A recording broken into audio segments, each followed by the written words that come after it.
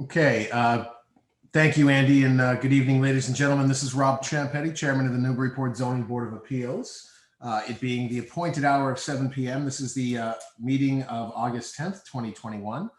And as Andy Porter, our planning director, had mentioned, we usually just wait a moment or two to allow attendees to log on and get themselves acquainted with the platform on Zoom. And what I'll do is I'll take a moment in just a moment, and we'll get things started. I'll go through essentially the flow of the meeting this evening, the sequence of what we do and how we do business via Zoom with the Newburyport Zoning Board of Appeals. If you haven't attended a meeting online, I'll just walk everyone through exactly what we do.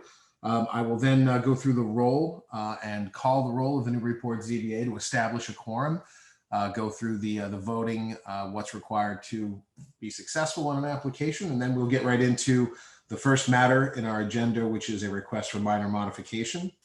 Once we take care of that business, we'll get into the public hearings. And we do have one matter that we've received a continuance request on, so we'll take care of that first in case there are folks that are here this evening to participate in that hearing. They won't have to wait until the application comes up in the sequence on the agenda, only to then be told that it's going to be continued to another night. So without further ado, we'll go ahead and open up our meeting for the hearing night of August 10th, 2021. This is the Newburyport Zoning Board of Appeals, City of Newburyport, and it is just about 7:01, and it looks like we have folks all logged on or beginning to log on sufficiently. So allow me to begin. I will start by calling the roll. And if members of the ZBA, when I call your name, just respond either here or present. Mr. Mark Moore.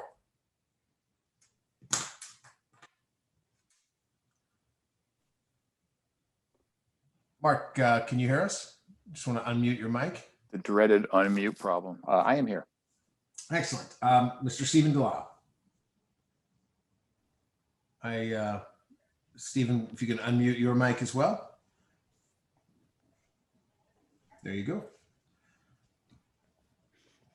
And Mr. Delisle, we see you're present. We just want to make sure you can hear us. And I can hear you. Can you hear me? We can now. Okay. Okay, excellent. Thank you. And Mr. Ken Swanton. Yes, I'm here. Thank you. Mr. Bud Shannon is absent, and I believe there is we have a note that Mr. Shannon will be possibly able to log on at about 8:30 this evening.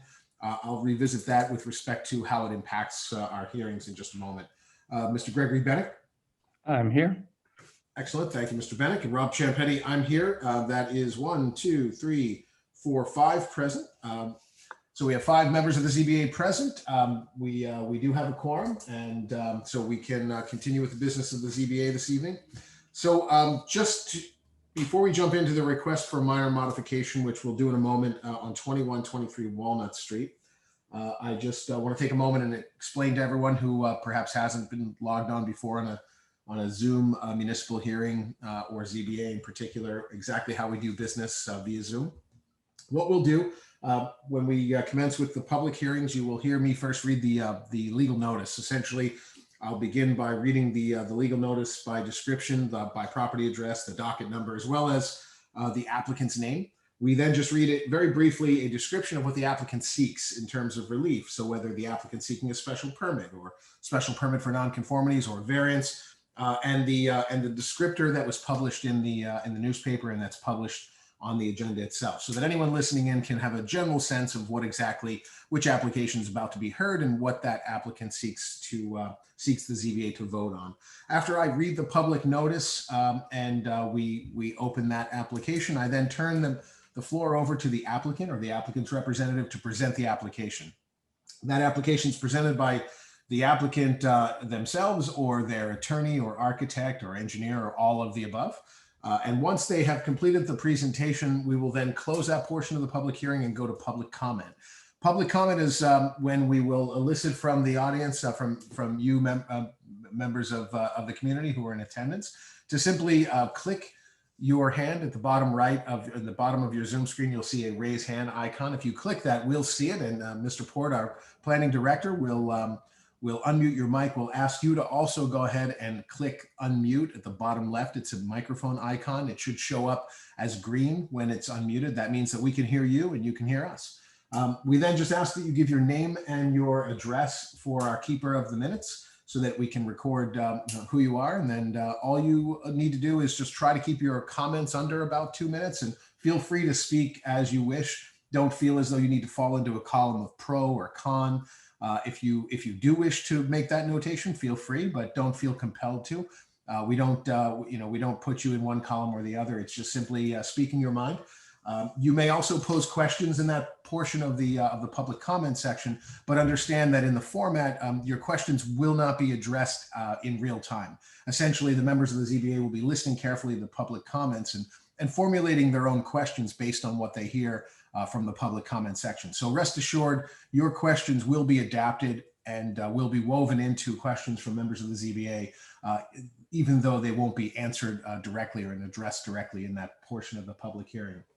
Mr. Port will be putting up a slide that you can see, and it's just a reminder on the governance of how we do public comments. So we just ask you to kindly and respectfully govern yourselves accordingly. Try to keep your comments under 2 minutes.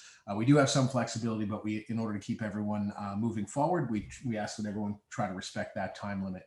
Once we finish public comments, I then close that portion of the public hearing and we go to questions from the board. That's when we will go through the role of every member of the ZBA. And each member of the ZBA will pose questions to the applicant, the applicant's representatives, and oftentimes you'll hear questions that will be a mirror of what may have been posed by members of the public. Could be that members of the public had raised a question that a ZBA member had themselves as well. So once questions have been completed, we will then close that portion of the public hearing and we go to deliberations. Deliberations in the public hearing format is essentially when members of the public and all those in attendance essentially get to hear the members of the ZBA think out loud and deliberate and toil over the legal criteria that must be met in order for an applicant to prevail and to be successful on an application. And we discuss and deliberate whether those criteria have been met. We may pose additional questions. We may find ourselves revisiting questions, in which case I, as the chair, will just use some limited discretion to allow the organic evolution of that, so that we can, in the spirit of getting to the best possible result, we can upturn all of the questions that might still be out there or posed as part of that deliberation. But deliberation is very strictly a discussion around the legal criteria and whether the applicant has met that criteria, and if so, how. And once we've completed deliberations, we then close that portion of the public hearing. And this is the portion of our public hearing, the final portion, when we go to a vote. Under an adapted version of Robert's Rules of Order, I will invite a motion to approve from a member of the ZBA, which then must be seconded. Keep in mind that you will hear a member make a motion to approve does not necessarily mean that that member intends to support or vote in favor of the application. It's merely procedurally how that matter is placed onto the floor for a vote, and it's in the affirmative. So it doesn't necessarily mean that a member is going to vote that way. It's just simply the format. So be prepared for that. A member will make a motion to approve in the affirmative, which will be then seconded. Once it's made and seconded, I, as the chair, will then call the roll and go through the roll call of all the members of the ZBA, who will respond either yay or nay on the vote on the application. It will be, an applicant will need at least 4 votes in the affirmative for the motion to carry and for the application to be approved. We have 5 voting members this evening, and we do have one application that will have only 4, which is a minimum board. I'll explain that in a minute. But essentially, that's what will happen. And if 4 members of the ZBA vote yes, that motion carries and that application is approved, and that request is granted. So with that, we will then go. I'm now going to go into the first matter on our agenda, which is a request for minor modification. It's 21-23 Walnut Street, and I believe this is a request being brought by the applicants by their counsel, Attorney Mead, Tellerman, and Costa. Attorney Mead, you wish to be heard. Actually, this isn't, I'm not handling this matter. I'm handling a continuance, however. Okay, it's who is there someone else? Stephen Dodge is here this evening. I think the application form itself had indicated that Mead, Tellerman, and Costa would represent. So Stephen, are you there? Oh, my Yes. apologies. Yes, I'm here. I'm here to represent 21 Walnut Street. Very good. Stephen, why don't you go ahead and you have the floor and just let us know what you're requesting and why. Yeah, my request was most of the trim, the original trim, was in such disrepair. I need to replicate it all. And I think somebody, I don't know, sent something in to Jennifer Blanchet that I didn't do the right trim or whatever. And that was simply, nothing's finished there. I've sent out all the pieces I think in question to be replicated. And I'm just asking, I guess, permission to do what I was going to do. I've submitted a few photos of, I think it was questioned as to whether I threw away a bunch of the trim, which I didn't. I saved it in order to replicate it. I sent photos of that, and I also, the photos will show the condition it's in. It's pretty much irreparable. Everything, the front door, everything, when we purchased the property, the front door had been kicked in and just kind of pieced together. I mean, everything was just in total disrepair. And I think at one time that property had come before the Board of Health because neighbors were complaining about squirrels and raccoons and all kinds of varmints living in there. And they had eaten away a bunch of the fascia and soffit boards up around the roof area. You know, it's just that the place was a mess.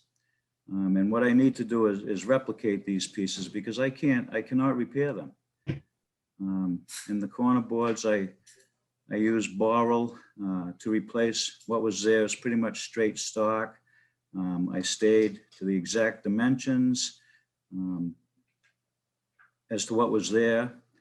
The front door, I have to replicate that, and I will do so with, you know, side lights and a transom. That door has been on order for a long time. I did not change the dimensions of the front door opening one iota. That's still original. I kept everything, you know, everything's dimensionally as it's supposed to be. I think, you know, right now it looks like nothing's, you know, everything's been done wrong, but actually nothing's been done at all.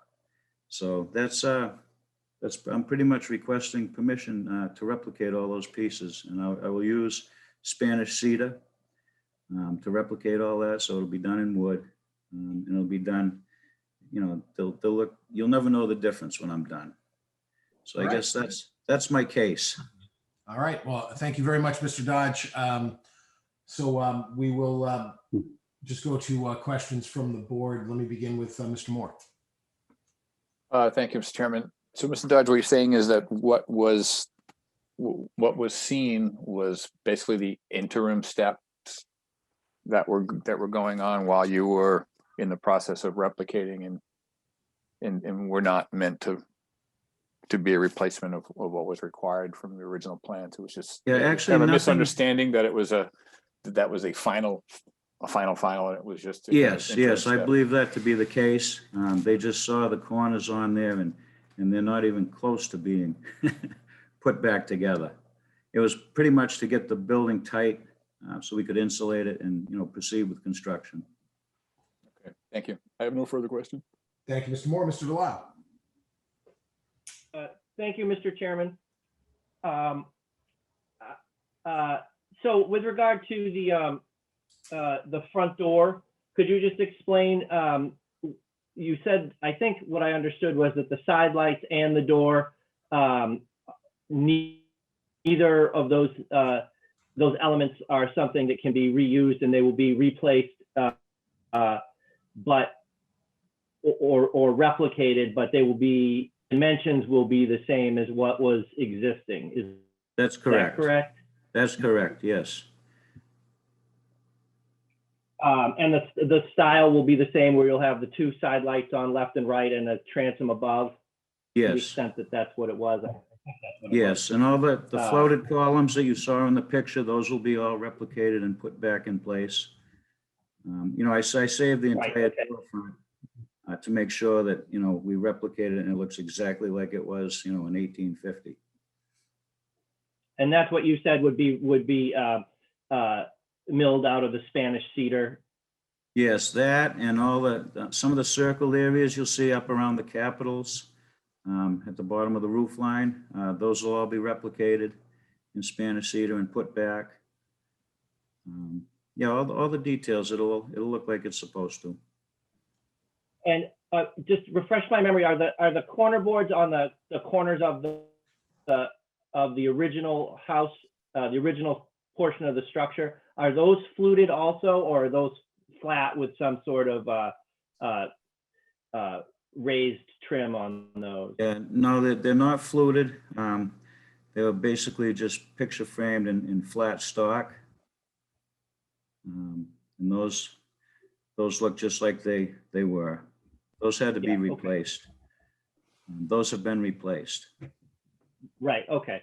And they're replaced because, as shown in the picture, they were some combination of rotted, so weathered that they would never hold paint, or something in between. Is that correct? That's correct. That's correct. They had satellite dishes hanging off them and bats living behind them and birds' nests, you name it, it was there. Okay. Thank you, Mr. Dodge. I appreciate it. Thank you.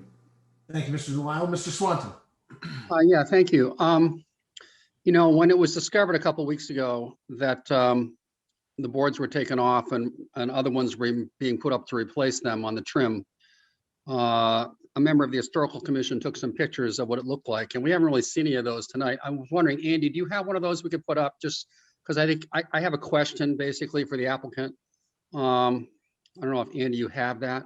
What I have is what's posted on the website. I don't know if those were sent to the office. Okay, I sent them to you this afternoon. They were sent to the zoning enforcement officer when she asked them to stop. But I did send them to you at 5 o'clock this afternoon because I was concerned that she did not forward them to you. Okay, I'm sorry. What I do have from you, I see an email from you on, however, there's no attachments I see. I just forwarded her note with the pictures down below. They're not attached. They are not, no, just. All right, well, let me ask my question then. So I'm sorry. Yeah, you're correct, actually. Let me just pull that up for you. because this is how kind of the whole thing stopped. Because a member of the Historic Commission noticed that the project was not being carried out. Like this, you can see in this picture here, the door is kind of, as you mentioned, is out for being worked on, but the corner board to the right of it is made out of kind of stock lumber with kind of 3 boards.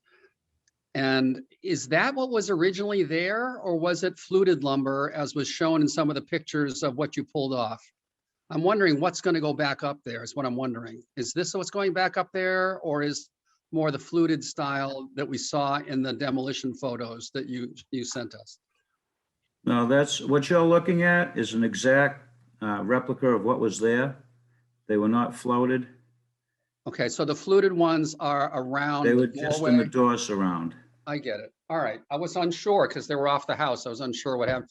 So Yeah, basically, no, in fact, if you look at that picture of the front door, you'll see some delineation and some smaller trim Yep. against the siding.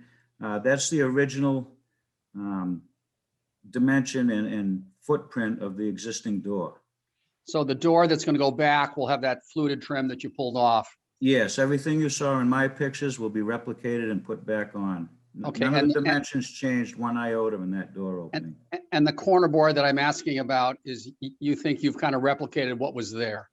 Oh, yes, yep. Okay. Yep, that was part of the door frame itself, so there will only be one raised section on the outside. The door was integrated into that corner board. You know, I think the thing that I'm a little disappointed that I haven't heard so far is just a little bit of a, gee, I'm sorry, you know, we said on our plans, we would just, we would not just replace everything. We would just repair as needed. And you know, you've been in this trade, I'm sure, for a while. You saw what the boards looked like in the beginning. They're all on the surface. It's not like they're underneath. I would think that, you know, you would have known in the beginning So I would hope you at least tonight be saying, gee, I'm sorry. I went right ahead and replaced everything. I should have come back and asked. Yeah, well, I was going to apologize, and also I was going to mention that I spent 8+ years on the Historical Commission. And in the Okay. time that I served there, what I've done here was always acceptable and sometimes encouraged due to the condition of some of the trim work. I get And I that. apologize, I did overlook, what is it, number 7 on the special permit? And I should have come before it got this far. I apologize to Jennifer Blanchet. And that's why, I just want to make this right. I wasn't trying to get away with anything. No, I hear that, and I appreciate your service for all those years on the Historic Commission. It's just that you said on the plan, we would simply, repair it as needed. And And actually, not to throw Eileen under the bus, but she wrote that in, and honestly, I didn't pay much attention to it, I'll be honest with you. I see. Well, you I've are been doing this for responsible. 45 years, and, I kind of, a lot of boards on the exterior of these homes have, they have a lifespan, and these boards are at the end of their lifespan, basically due to neglect. I hear you, but you got to realize when we sit on the boards that we sit on in our position, we got a lot of people looking at all these photos saying, I could have repaired that. I could have restored that board. There's a lot of boards like that on houses all over Newburyport that haven't been ripped off. So that's what we're dealing with. But anyway, Yeah. I appreciate what you're trying to do to make it as close as it was to where it was. And I hope you do a great job on the doorway. And that's basically what you're proposing to do in your plan. So I really Yes. don't have any more questions. Thank you. Okay, thank you, Mr. Swanton and Mr. Bennett. Yeah, I really don't have much to add. I would simply say that, as my colleagues have emphasized, a regulatory program like the zoning ordinance and the obligations and duties of our zoning board of appeals depends in large measure on the good faith of the regulated community. And by that, the regulated community is those who come before us. And when we are faced with a situation where the zoning administrator and enforcement officer advises of a potential violation, it's somewhat of an order of ours. It's somewhat troubling, particularly since we don't have any power here at the Zoning Board of Review to engage in any appropriate sanction if it were ever necessary. Putting that aside, I appreciate, Mr. Dodge, your efforts to improve this structure and your commitments to the community otherwise. But I would share Mr. Shagnan's concerns that it puts us in an uncomfortable situation where we have what is presented to us as a potential violation of a pretty clear directive. I guess enough said. I know you're going to move forward in good faith, and I'll assume that you will. All right, thank you, Mr. Bennett. I don't have any additional questions that haven't already been addressed. So we will close that portion of this public hearing on the minor modification request and go to deliberations by the board. Mr. Moore, you want to kick things off, or is there anything you want to add to? We kind of slipped a little bit into the deliberations during questions, but that's fine. Yeah, no, thank you. No, everything's been said. It is what has to happen if something that the board's agreed on is looking to be stretched in a different direction, and that's why the whole system fits together. So, what's before us is just a minor modification to what was there, and it's also a collective look in to see where the process is right now. So, given the good faith effort to mea culpa and to get back to where the agreement was, last October, as far as the fascia boards and the styling of the corner boards, then I think I can look at this as a minor modification, but again, with a very specific language and how we do it. Thank you, Mr. Moore. Mr. Delisle, anything you wish to add? Thank you, Mr. Chair. Yeah, I too can consider this a minor modification, and I would join in with Mr. Swanton and Mr. Bennett in, noting firstly that certainly when we deal with these older structures and structures that have been left without loving care for some time, there are certainly circumstances where things cannot be reused, despite the fact that we might love for that to occur. It's clear that the life of a board is only so long, and if it's not whether covered and painted properly, that lifespan dramatically decreases. So certainly we can understand Mr. Dodge's situation here. I think that what we need, as Mr. Bennett and Mr. Swanton indicated, is that this is something that you need to come to the board first. I think that's sort of the bottom line on that. So that being said, I can I guess support this as a minor modification. Thank you, Mr. Delisle. Mr. Swanton, anything you wish to add? Yeah, no, I was actually thinking about opposing this because I think there should be some penalty to just stripping all the trim off when you say in your plan that you're not going to do that.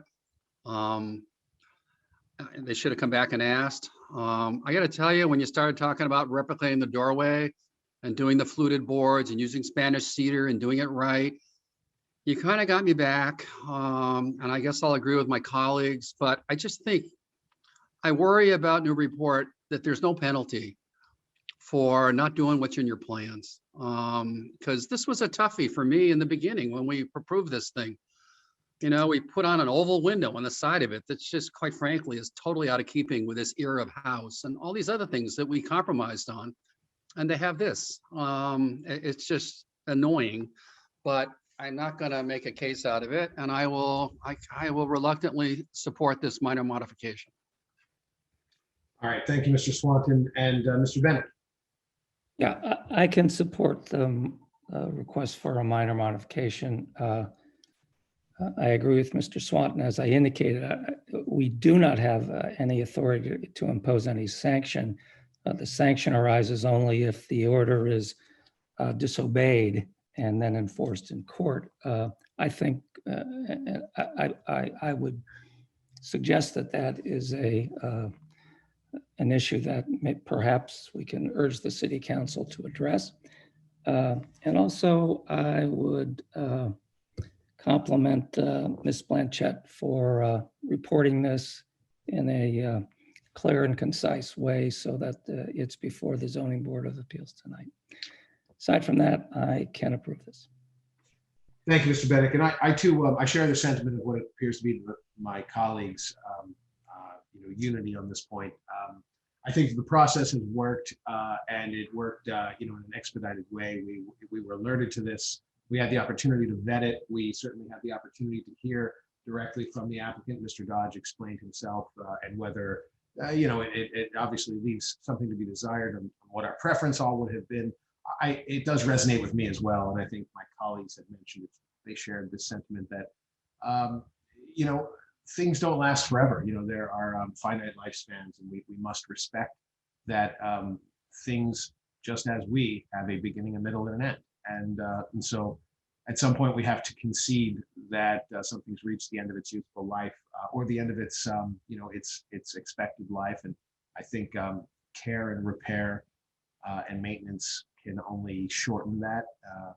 Hanging satellite dishes and other drill holes into this is only going to further weaken the integrity of it. So it's an unfortunate loss of an architectural element, but I do think that I am moved by the fact that it is being replaced with natural materials in a architectural, respectful style.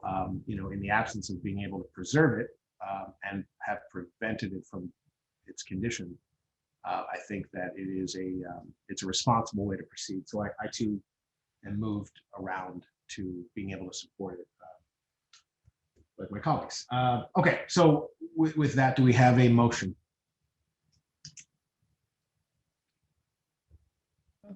This is Mr. Bennett. I will move to approve the request for minor modification application 2020-071 and 2020-070 for 21-23 Water Street. And Mr. Bennett, if I can just suggest that you feather into that motion and that you find it to be a minor modification as well. Yes, and I'll further add that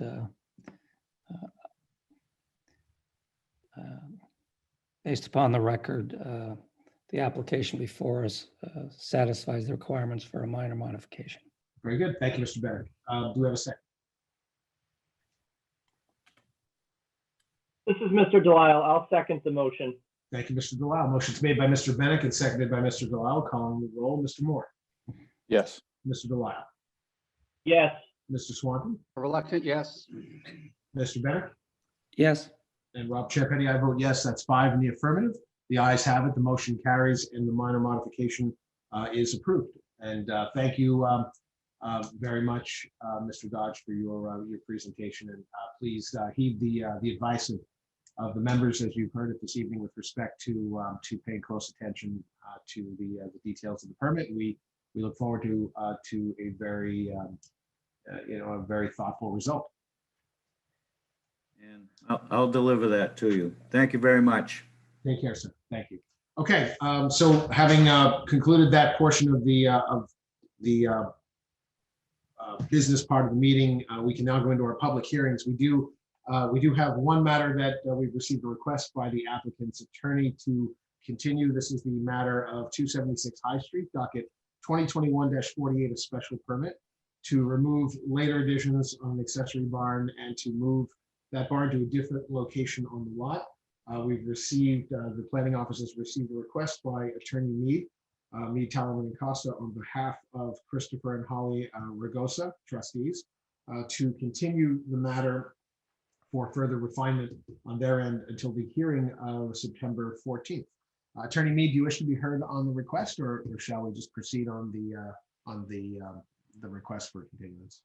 You can proceed as you have stated, Mr. Chair. Thank you. Thank you, Attorney Mead. Okay, members of the ZBA, do we have a motion to continue on the applicant's request? A motion to continue 276 High Street to the hearing date of 9/14. So moved, Ken Swanton. Thank you, Mr. Swanton. Seconded, Mr. Moore. Thank you, Mr. Moore. Motion's made by Mr. Swanton, seconded by Mr. Moore. Calling the roll on the motion to continue 276 High Street to September 14th. Mr. Moore. Yes. Mr. Delisle. I'm going to recuse myself on this matter, Mr. Chairman. Very good. Thank you, Mr. Delisle. Mr. Swanton. Yes. Mr. Bennett. yes, And Rob Champetti, I vote yes. That's 4 in the affirmative. The ayes have it. The motion carries, and the matter is continued to the hearing of September 14th. Thank you, Attorney Mead, and members of the ZBA. So anyone who is here to speak in connection with that application, just kindly note this matter will be heard and will be placed on the agenda for September 14th. So this way it's at the end of our agenda this evening. We didn't want members of the public to just be sitting around waiting to hear a continuance. So we tried to do that as a courtesy to everyone. Jumping back to the top of our agenda, the public hearings, we have the application of 2 Neptune Street, Patty Ann Bampos. This is docket 2021-26, a special permit for nonconformities to add a dormer on the rear roof of a pre-existing non-conforming structure. This matter was continued to this evening from the hearing date of July 27th, 2021. And before we begin, I just wish to ask the applicant, Ms. Bampos, we have one member that is not able to log on this evening until possibly 8:30, if at all. We expect it's 8:30, but it could be a different time, and it could be not at all. I'm not qualified to, I haven't been qualified to vote on this matter, so that leaves you with a minimum board to proceed now. That means that only 4 members would be voting if you wanted to proceed in sequence, or we could, with your permission, we could move this to the end of our agenda this evening. and allow for the possibility of a fifth voting member, which would be Mr.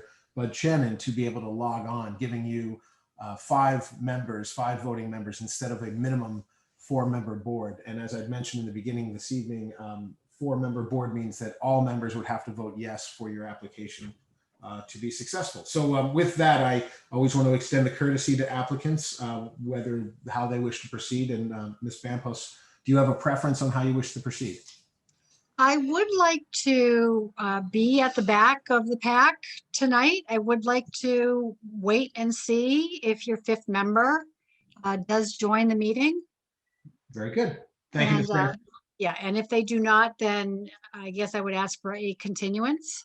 Very good. Okay, and we can address it then. I will be stepping from the chair to allow Mr. Moore to step up to chair your application. So that will happen after the application of 8 Coffin Court. So you're really only going to be behind 2 applications, and we'll go ahead and do that with your permission. Thank you. Thank you. All right. So that brings us to the application of Alexander and Mary Bruce Ray Grant, care of Lisa Mead, Tellerman and Costa LLC. The application address is 20 Atwood Street. There are 2 matters before us this evening. Pardon me. One is a docket 2021-37, a dimensional variance to demolish 2 existing detached accessory sheds and construct a new shed and 2 small 1-story additions to the house, increasing the lot coverage in excess of 25%. And the second application for relief before us this evening is docket 2021-38. That is a special permit for nonconformities. The applicant is seeking permission to construct two additions to the pre-existing non-conforming single-family house, resulting in an extension of the rear yard setback, and to construct a new shed extending the side yard setback, which is a non-conformity. So there's 2 matters before us. This application was also continued to this evening from the hearing date of July 27th, 2021. With that, Attorney Mead, you have the floor. Thank you, Mr. Chair. And if I could just for an administrative matter, you had not previously qualified yourself on this application. Are you qualified this evening to vote on this application? So I have 5 members. My apologies. Thank you, Attorney Mead. I qualified myself, so this would give you 5 voting members, the 5 voting members being myself, Mr. Moore, Mr. Delisle, Mr. Swanton, and Mr. Bennick. Thank you very much. I appreciate that. And thank you, members of the board. As the board knows, we appeared at a prior meeting of the board to initially discuss our application in early July, late June. And the board had some concerns or questions over the variance and the size of the additions in relation to the lot coverage request. To that end, after that meeting, the applicant went back and worked with David Curie to revise the plans, which is what we have before you. So this evening, for the record, I'm representing Alexander and Mary Bruce Ray Grant, the owners of 20 Atwood Street, who are the applicants. My name is Lisa Mead, Tellerman Costa 30 Green Street. And with me this evening is David Curie as well, who is the architect on the project. What we'll show you in a moment are the new revised plans. You'll note on the proposed lot coverage that it has been reduced from our original request of 30.2% to 28.9%. As I'm going to point out to you shortly, it is interesting to note that the R3 district, which this used to be, which is only a block away, has a 30% lot coverage requirement in the dimensional table. The R2 district, which this is now a part, has a 25% lot coverage dimensional requirement. The applicant achieved this by reducing the size of the proposed shed from 8 by 14 to 7 by 9 feet 4 inches, or from 112 square feet to 65 square feet. You'll note there is no other outdoor storage place on this property. There's no garage. There's currently 2 sheds that are very small and falling apart. And this one shed would replace those 2 sheds. This was also accomplished by a reduction in the addition on the front of the property, the entryway, from 14 feet by 8 feet 5.5 inches to 13.5 feet by 7 feet, 9.5 inches, or from 112 square feet to 99 square feet. As the board is aware, we are talking about very small numbers here, given the size of the lot and the structure that exists thereupon. Both of these structures provide significant needed function to the property, and so every inch counts, not unlike most other properties in the South End. The proposed modifications are quite modest, but result in a significant improvement to the first floor living space for the applicants and the much needed exterior storage space. The proposed additions are sensitive to the size and scale of the home, as well as the architectural detail. The property, as I noted, is just over a block away from the R3, which allows a 30% lot coverage and which actually exists in most areas in the district. Importantly, the applicants have also received, as I've said before, letters of support from all of their abutters, several at the last meeting who spoke on behalf of them at the prior meeting. Also, the applicant has received another letter of support from their most immediate abutter to the right as you look at the property that was submitted prior to this evening, who actually likes the changes better than what was originally supported that they supported. That would be the Prestons. And this evening, Mr. Coulter-John, who owns the property, he and his wife own the property to the left, was going to be here and speak on behalf of the applicant, but at 6:23, the applicant received an email from Mr. Coulter-John saying due to an unexpected situation, he won't be able to attend the ZBA as a meeting, but to remind the board that they have his letter of support from before. So as the board is aware, it's important for the historic character and vibrancy of this city to have individuals who purchase historic homes to invest in them so they remain used and lived in within our community. As times change, so do the needs and acceptable living arrangements and uses of our historic structures. Indeed, a mere review of the historic maps of Newburyport show how historic structures have changed over time to meet the needs of its residents. A little addition here or there, a change here or there. The need indeed is a development in the very fabric of our historic community. To that end, Alexandra and Mary Bruce are proposing modest improvements to this structure. In the meantime, they are updating it and making slight adjustments to meet the needs of 21st century living. With that, if you could go to the next slide, please, Andy. On this site plan, you'll see where the proposed additions are. Again, in the front, we have the smaller proposed entryway on the top of this slide towards Atwood Street. We have the newly proposed shed, which is also smaller and further away from the sideline. And then we have the rear proposed addition that fills in that back corner.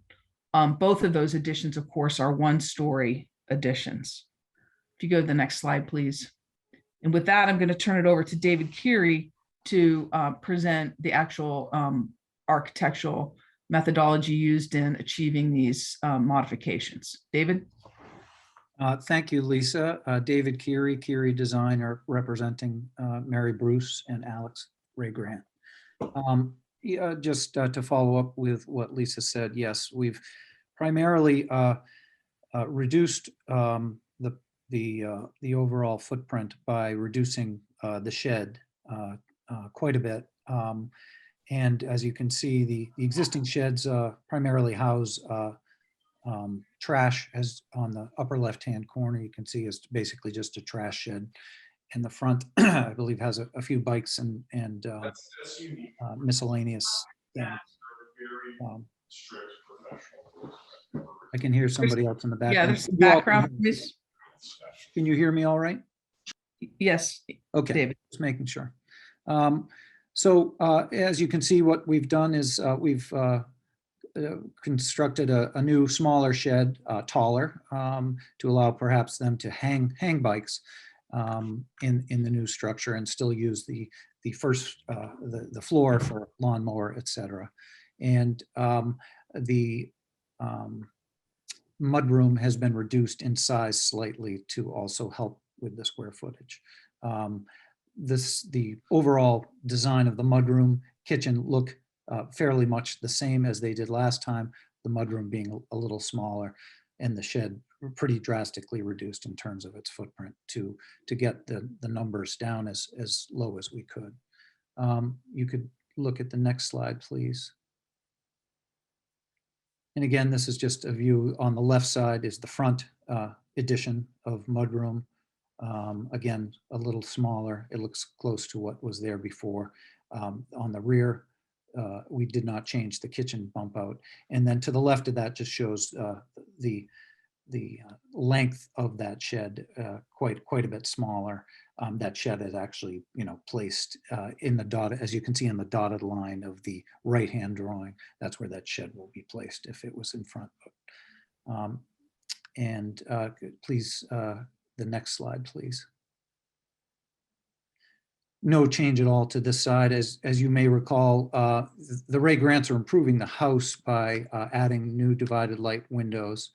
They're also removing an ugly concrete block chimney off the rear. These are improvements they'd like to make to the house in making it their own. And the model is in the next 4 slides. We'll just go through that quickly. Again, this is the taller shed structure from the rear. And the next, please. And the shed structure from the front and the smaller mudroom. This was the prior, a longer shed structure. And from the front, the same thing was the prior. I believe that is it. In plan, we have, that's the view of the shed, the mudroom with laundry, and the kitchen. And you can see there's foundation in the front and sonotube foundation for the rear addition and the shed.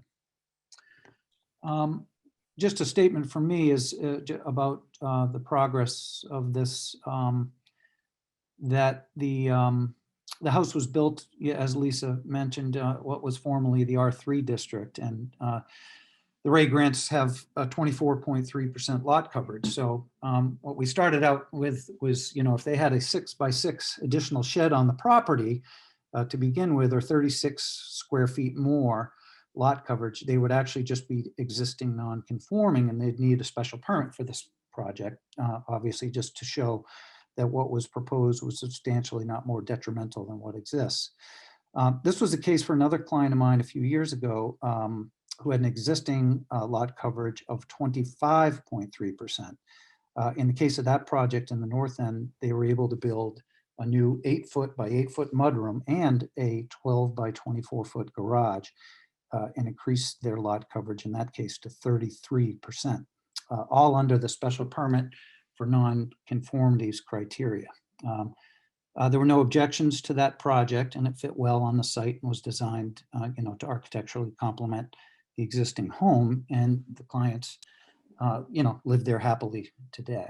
I think the job of the ZBA member is not an easy one. Applicants come before the board with hopes of approval, and that's not always easy to give for many reasons.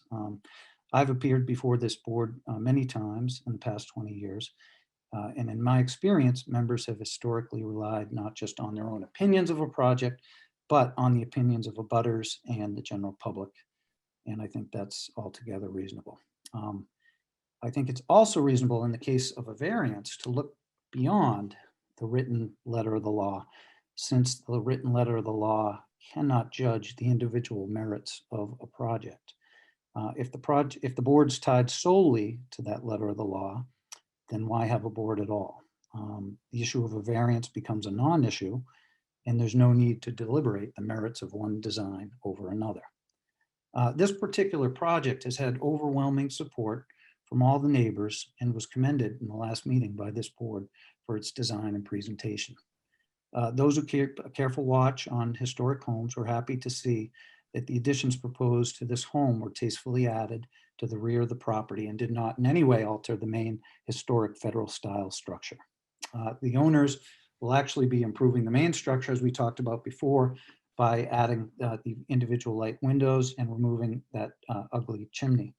They're old house lovers, and they will keep and improve the historic charm of this home. So, is it fair that a homeowner I represented in 2018 can cover his 33% of his lot solely because that homeowner is lucky enough to have had an existing lot coverage slightly over the 25% threshold, while the Ray grants in what is arguably a more dense area than the north end are held to under 25%.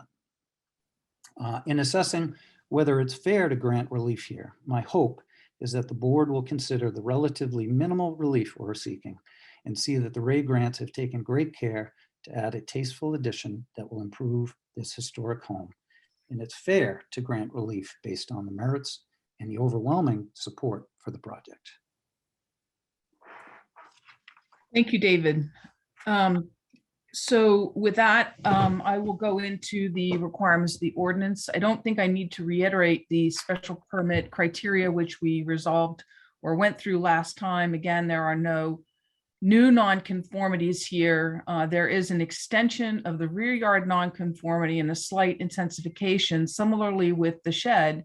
And that is given because of the odd shape of the lot. That rear lot line comes at an angle towards the house, while the house itself sits square on the street. And of course, the lot is square on the street. So with an angled rear lot line, that extension becomes an exacerbation. But that's already a nonconformity, and so a new nonconformity is not created. And as we previously stated, also, certainly the proposed additions are not substantially more detrimental to the neighborhood for all of the reasons that were stated prior, and for what David has stated, and for what I will state in a moment related to the variance. The next thing is that we do have a hardship related to the shape of the lot and the fact that we are working with minimizing any impacts on the historic structure. And so with that, we believe that the hardship is related to the historic structure and making it improved and more useful to current living conditions, and also the shape of the lot. The proposal does not derogate at all from the intent and purpose of the ordinance, as the additional lot coverage, given the nature of the addition and shed, will help maintain the property values. The ability to provide functional living space while maintaining the historic integrity of the structure is in line with the purpose and intent of the ordinance. You heard that reiterated by Mr. Coulter-John, who owns the property to the left or east of this property. Further, the proposed change will not be more detrimental to the neighborhood, as there is no negative impacts on the neighbors as a result of the granting of the variance. The closest structure to the shed, that neighbor actually has provided a letter of support that say, hey, they like this application better than the prior, and they fully support these changes. It's entirely consistent with the densely built south end. Both the neighbor and the applicant will continue to be able to access the sides of their buildings and continue to live as they have before. There's no special privilege that will be granted to the applicants either, as the proposal is entirely consistent with surrounding properties, which are all similarly densely situated on their lots. Andy, if you could go to slide 13, please.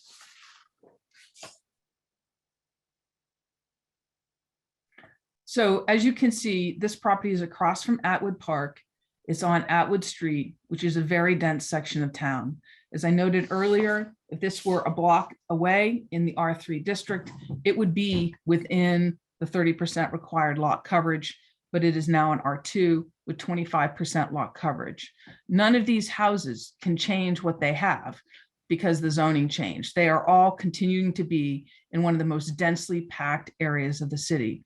The proposed modifications are minor modifications, but entirely consistent with the density that exists in this neighborhood as it stands. And so with that, we believe the board can find that the proposed addition is not substantially more detrimental to the neighborhood, and a special permit for nonconformity should be granted, and that the appropriate criteria for the variance is met, and a special privilege will not be granted to the Ray grants for their proposed addition. Thank you very much. Thank you, Attorney Mead. So we will close that portion of the public hearing, the presentation portion, and go to public comment. And Andy, if you could put up the public comment slide for me. And anyone who wishes to speak in connection with the application, either for, against, or just simply speak, just kindly click the raise hand button. We will recognize you and unmute your mic and invite you to be heard. Looking, seeing no hands yet. And Mr. Champetti, the chair, I will also add that for those, we have one caller, it looks like. For those calling, anybody who's interested in raising their hand, you can press *9 to do so. Thank you, Andy. That's right, *9. Still seeing no hands going once, going twice. And if we see a late hand, I usually offer the courtesy of circling back so that we can certainly hear everything that wishes to be said by any members of the public. Still seeing no hands, I will close that portion of the public hearing and go to questions from the board, beginning with Mr. Moore. Thank you, Mr. Champetti. Attorney Mee, could you go back to the point you made with the lot line closest to the shed? Sure. And I think you said, just looking at the last, I think one of the last things that we saw, the picture from above, showing the lot lines. The lot lines to me looked parallel, but I know that's not perfect. Could you just Right. go over again how they're not? Sure. So if you look at the rear lot line, obviously the rear lot line is at an angle as compared to the front lot line. The easterly lot line is longer than the westerly lot line. And the westerly lot line is at a slight angle. So the shed is proposed to be square with the house, and the house is square with the street. So you can see how there's a 2-foot setback at the front of the shed, Right. and a 2-foot 2-ish setback at the rear of the shed. So that line is on an angle, as is the rear lot line, as compared to the square, line at the street, and how the house is square to the street. Thank you for that. I mean, I think the biggest issue, well, I didn't have a huge issue with the original proposal. Just given a lot of factors, including we'll get into that in deliberation. So I'm going to relinquish my questions for my colleagues. So I have no further questions. Okay, thank you, Mr. Moore. Mr. Delisle. Thank you, Mr. Chairman. Attorney Mead, could you reiterate what the hardship is here?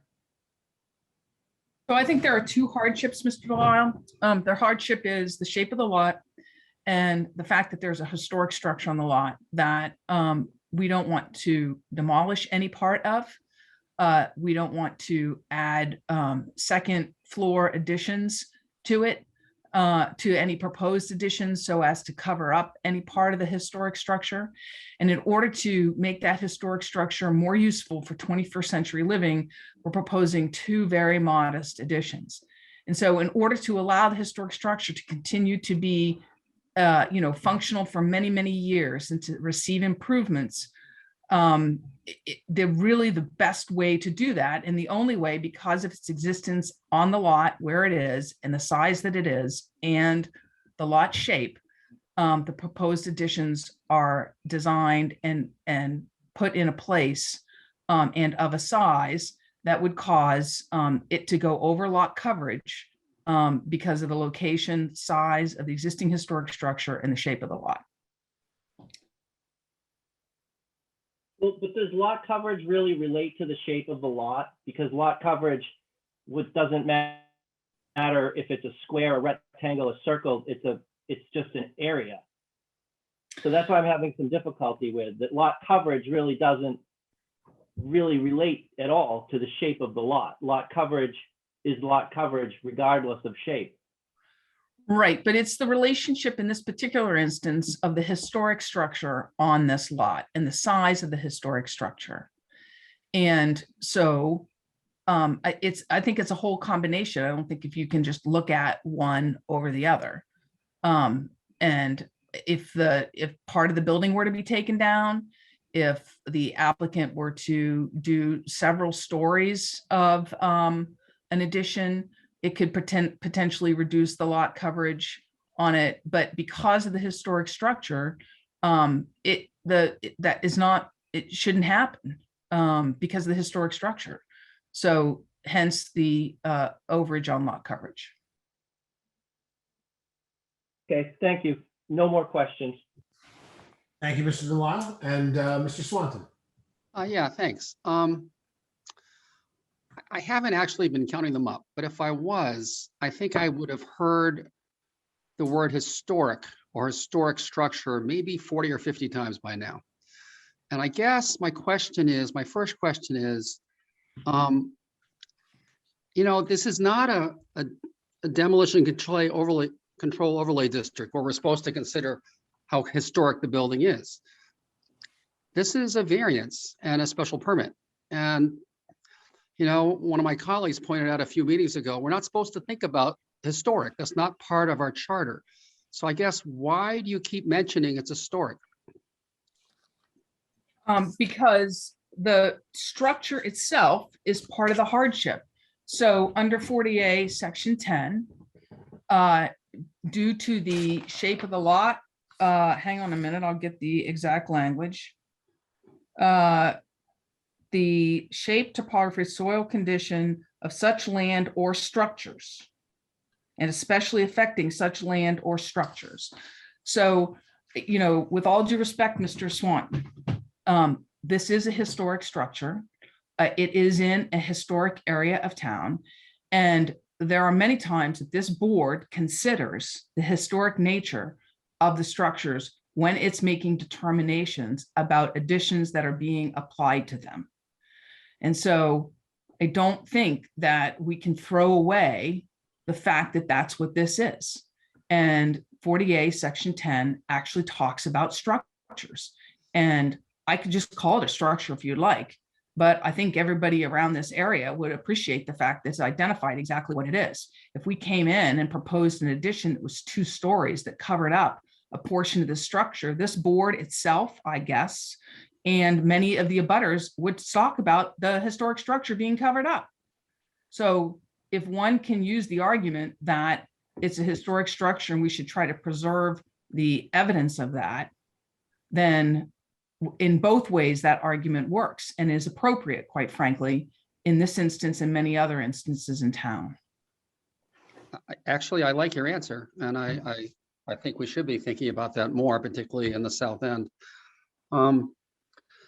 Usually it helps with a variance to have a topography issue, a soil condition issue, or a lot shape issue. And you've mentioned lot shape a few times. The South End's got a lot of funky lot shapes, and this one is probably more close to a rectangle than most of the lots in the South End. Is it not? Well, I would disagree with you. I don't have most of the lots in the South End. We're talking about the lots in this neighborhood. This has a one side line that's shorter than the other and the rear lot line that's at an angle. So it's not a square lot. It's not a rectangle. I'm not a mathematician, but it's not either of those things. It's something else.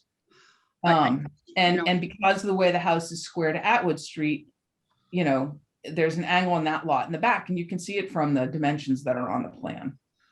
Having said everything I just said, I think somebody could challenge that this lot is not that irregular, the soil conditions and the topography are not that irregular. But at the end of the day, I don't really think I care.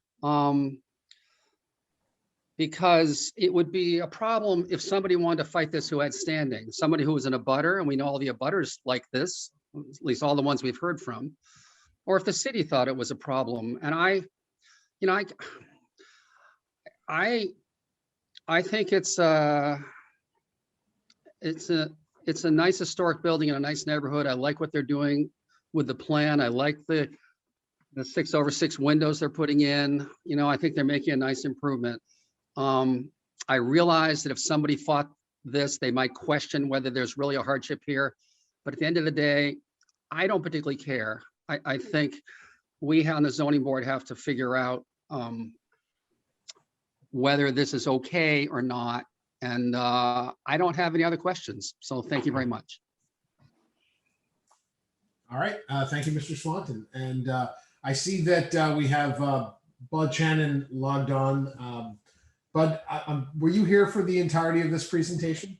I was not. I've only been on about 10 minutes. So we'll include you in the deliberations and the board piece of the next application, but I just thought I would ask before we passed you by. But thank you for logging on this evening.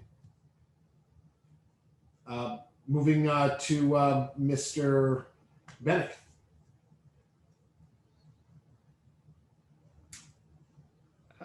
I don't have any questions. The presentation was comprehensive and quite instructive, actually.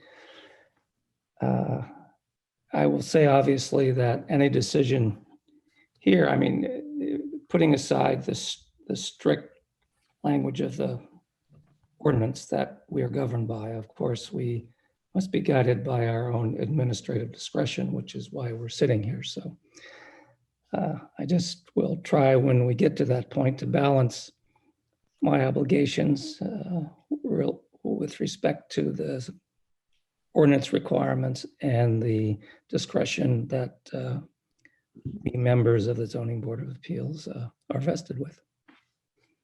Thank you, Mr. Bennett. I don't have anything to share in questions. I think my colleagues have outlined some more topical concerns that I would have had, and I believe they've been vetted. So we can go ahead and close that portion of the public hearing, and we will go to deliberations. And again, we're deliberating around the legal criteria, the permitting criteria for both the dimensional variance as well as for the special permit for nonconformity. So I just ask members of the ZBA to tailor your deliberations around your best grasp of whether you feel the presentation has met the legal criteria for both. And we'll start with Mr. Moore.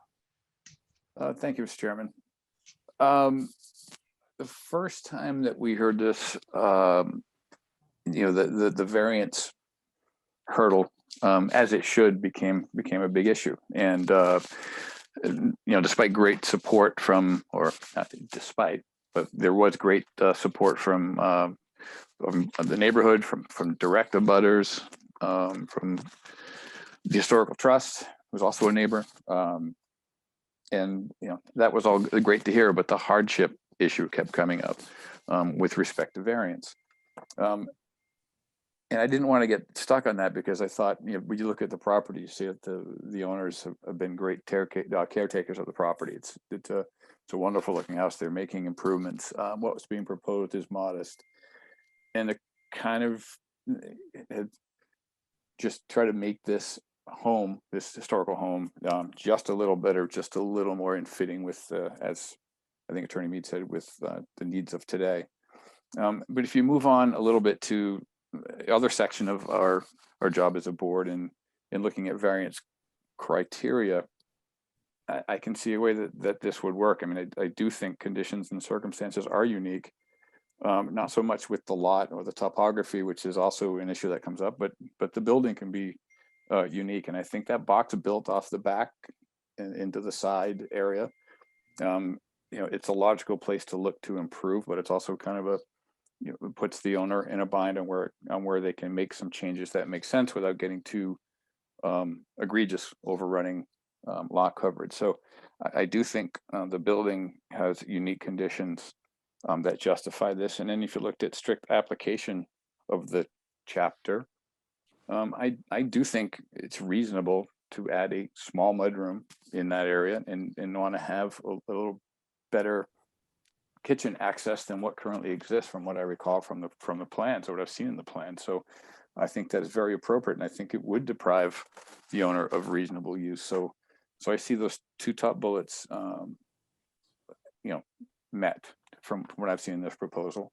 The fact that bump out box, it's not the result of anything the owners have done since this chapter was adopted, and I don't think I don't see any special privilege here. I just see a reasonable proposal, something that has been worked out in concert with the board and some of the issues that we had relayed in the prior meeting, and tried to kind of work this into something that makes sense. And I just think it makes sense. I think the house is in great shape. It's looking to be in better shape, has full support of everyone.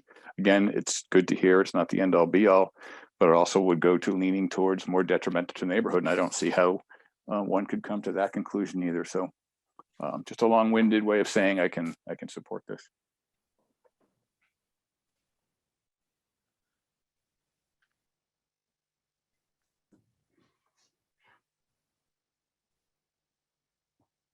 Okay, sorry about that delay. I didn't unmute my mic. All right, Mr. Delisle. Thank you, Mr. Chairman. So I'm still having some trouble on the variance piece. I'm not able to find that I see that all four of the variance criteria are met. I see the hardship as being the lot coverage, not the shape or the location of, not the shape of the lot or the location of the structure. I see it as lot coverage. The lot is too small for what is proposed. And I feel like with respect to some of the argument that has been made by the applicant and the applicant's architect, that those sorts of statements that, you know, another lot could get something more because they were already pre-existing non-conforming for lot coverage is sort of asking again for that fourth prong, the grant of a special privilege. So I'm having problems on the variance piece. With respect to the special permit, I have no problems there. I don't think that there's any new nonconformity or anything created here that would be more detrimental to the neighborhood. I'm afraid that I'm just stuck in a legal conundrum here.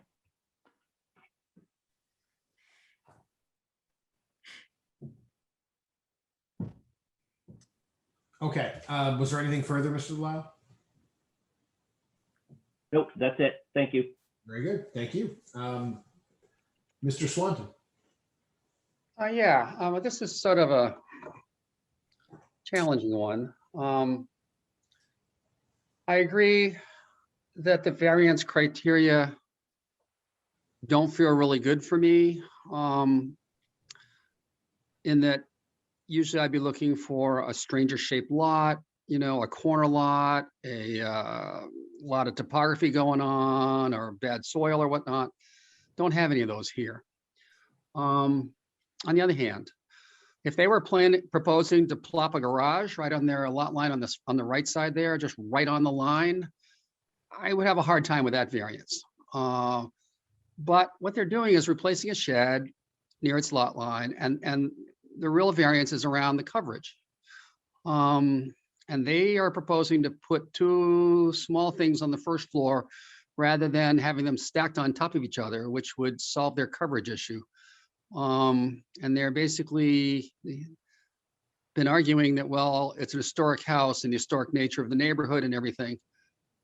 I think that's a refreshing argument. I think in the South End, it'd be lovely to talk about historic as a reason. I just haven't heard our city solicitor back that up.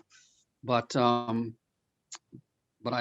wish it was in the zoning act that we're having to rule on here so we could do it. On the other hand, you know, when you've had a grant of variance with kind of a shaky reason, a shaky hardship, it could be challenged by someone with standing, like an abutter or like the city. But the abutters support this. And we are representing the city here. And I actually think what they're doing isn't bad, given all their constraints. So, you know, I don't usually do this, which is to support a variance. Well, I guess I did it on Brine, but I don't usually support a variance where there's not a clear lot issue. But in this case, I think I would. And I'm considering also the fact that this plan has improved from the last time they were here. And all the abutters support it. So I can support this, although I understand some of my colleagues' reluctance around the hardship issues. Thank you. Thank you, Mr. Swanton. And moving on then to Mr. Bennett. Thank you, Mr. Chairman. I recognize Mr. Delisle's conundrum. It's been well stated by my other colleagues. in my view, I guess I try to apply a more holistic view of what's before us. And I guess the two components of my holistic analysis must start, of course, with the ordinance, which we are bound to apply, and then be augmented one way or another, or no way at all, based upon how the project strikes me, how it strikes me in terms of how I might exercise the discretion that I and all of us have in weighing these decisions. So when I look at this one, from that holistic perspective, I conclude that, one, this is a thoughtful design. It's aesthetically pleasing. It's an improvement to the home and to the neighborhood. So that is a positive, and it is a benefit to the city.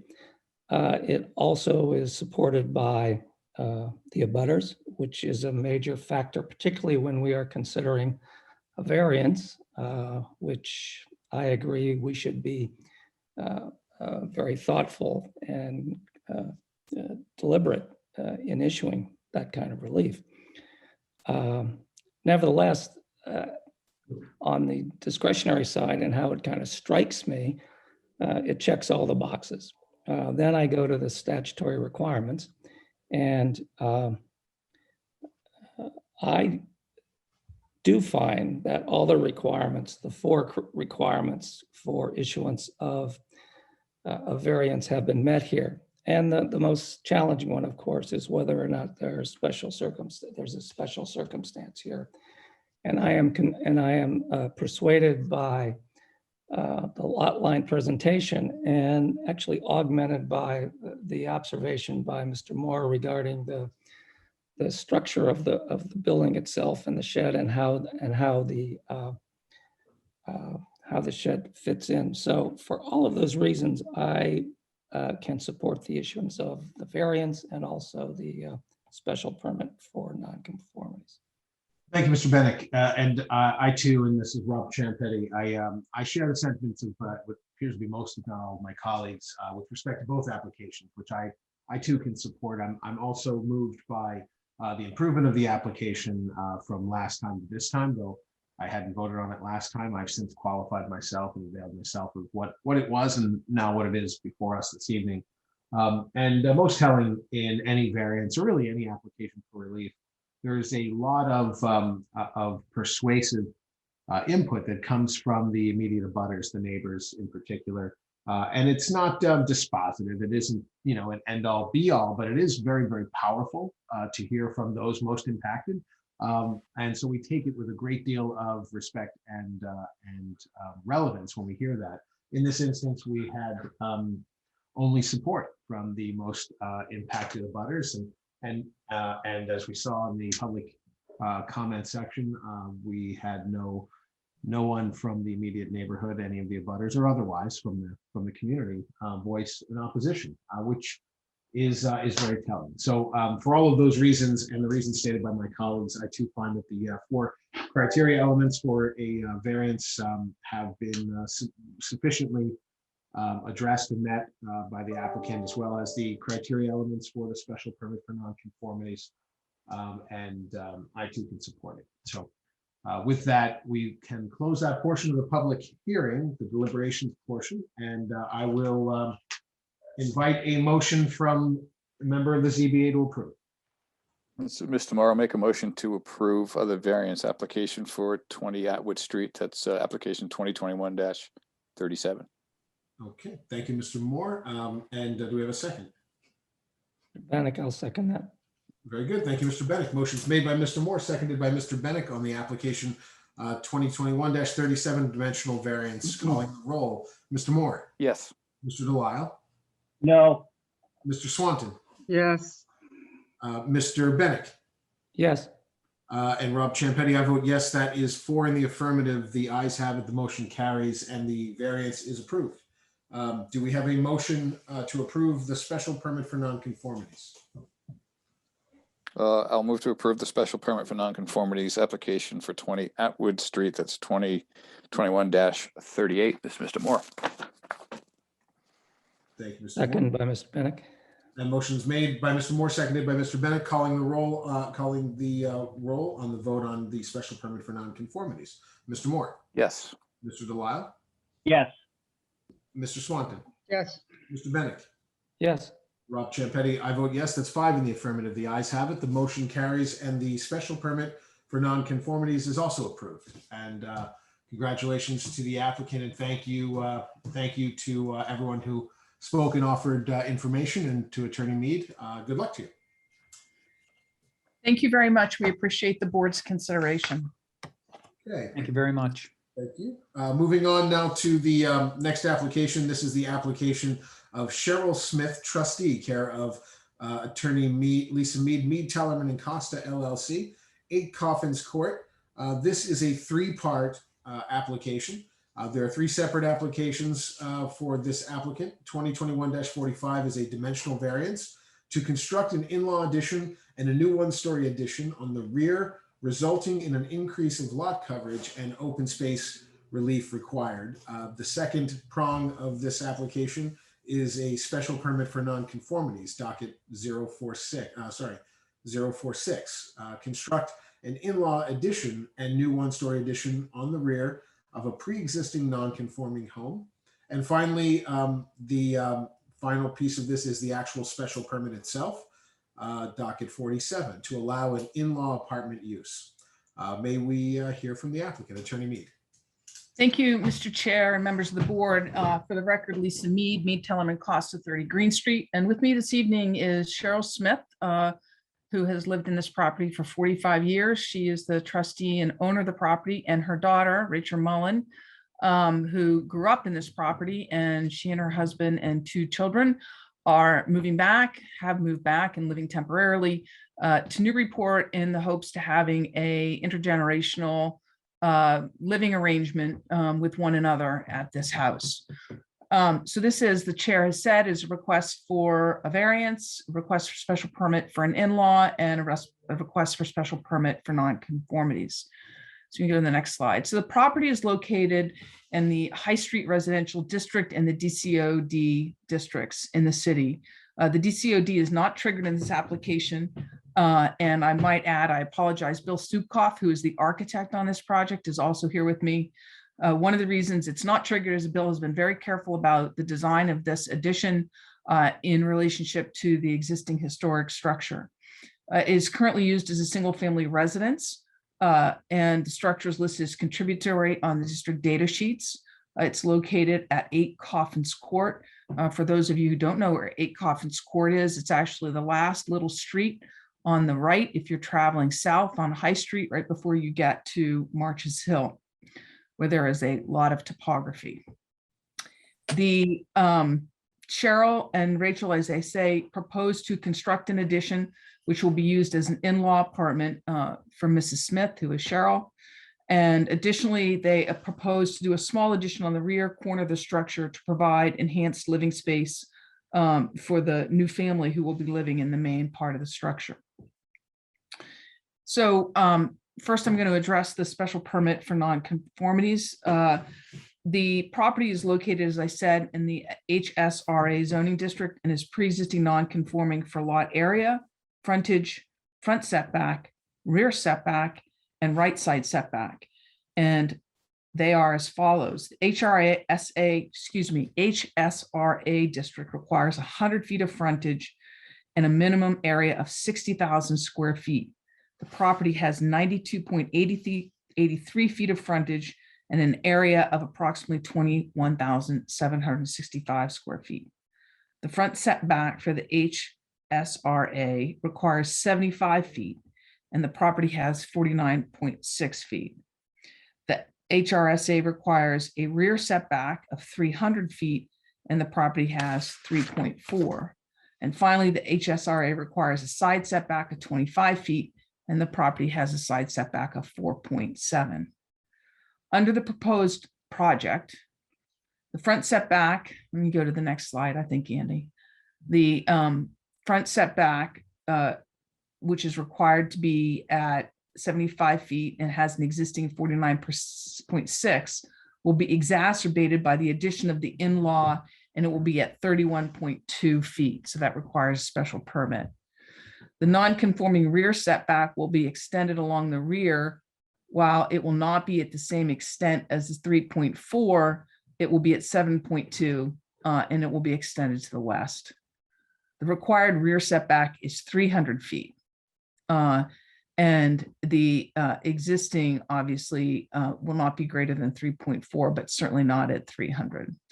Additionally, the lot coverage in open space will exceed the requirements, and therefore a variance will be required. Namely, the 17.6% and 78%, respectively, that is 17.6% lot coverage and 78.8% open space exists, and there's 12% required, and excuse me, that's proposed, and there's 12% required and 85% required. Interestingly, and I'm going to go over this in a minute, you can go to the next slide, Andy. Interestingly, the area used to be an R2 district, and for many good reasons, the city adopted a few years ago the High Street Residential District. But Coffin's Court and the lots immediately adjacent to Marches Hill are unlike the rest of the lots along High Street, and for the purposes we'll talk about in a little bit, don't have the same ability or certainly need to serve the purposes that the High Street Residential District do. And this neighborhood is much different than the rest of the High Street District, although it is within the High Street Residential District. I would just point out to the board that the R2 district requires 25% lot coverage and 40% open space, which this would certainly far exceed. So with that, here is the plot plan. You can see Coffin's Court. This is at the end of Coffin's Court. And this lot, as you can see from this plan, in a little while, I'll show you some photographs. And when Bill goes over the architectural plans, you're going to be able to note. But the front of the property on Coffin's Court is at a much lower grade than where the house currently sits and the rear of this property. And then as you travel to the southwest on this lot towards the rear, there's a growth up, hence it goes up towards Marches Hill where the water tank is. That's the city property to the immediate adjacent to the bottom of this photo, which is to the east.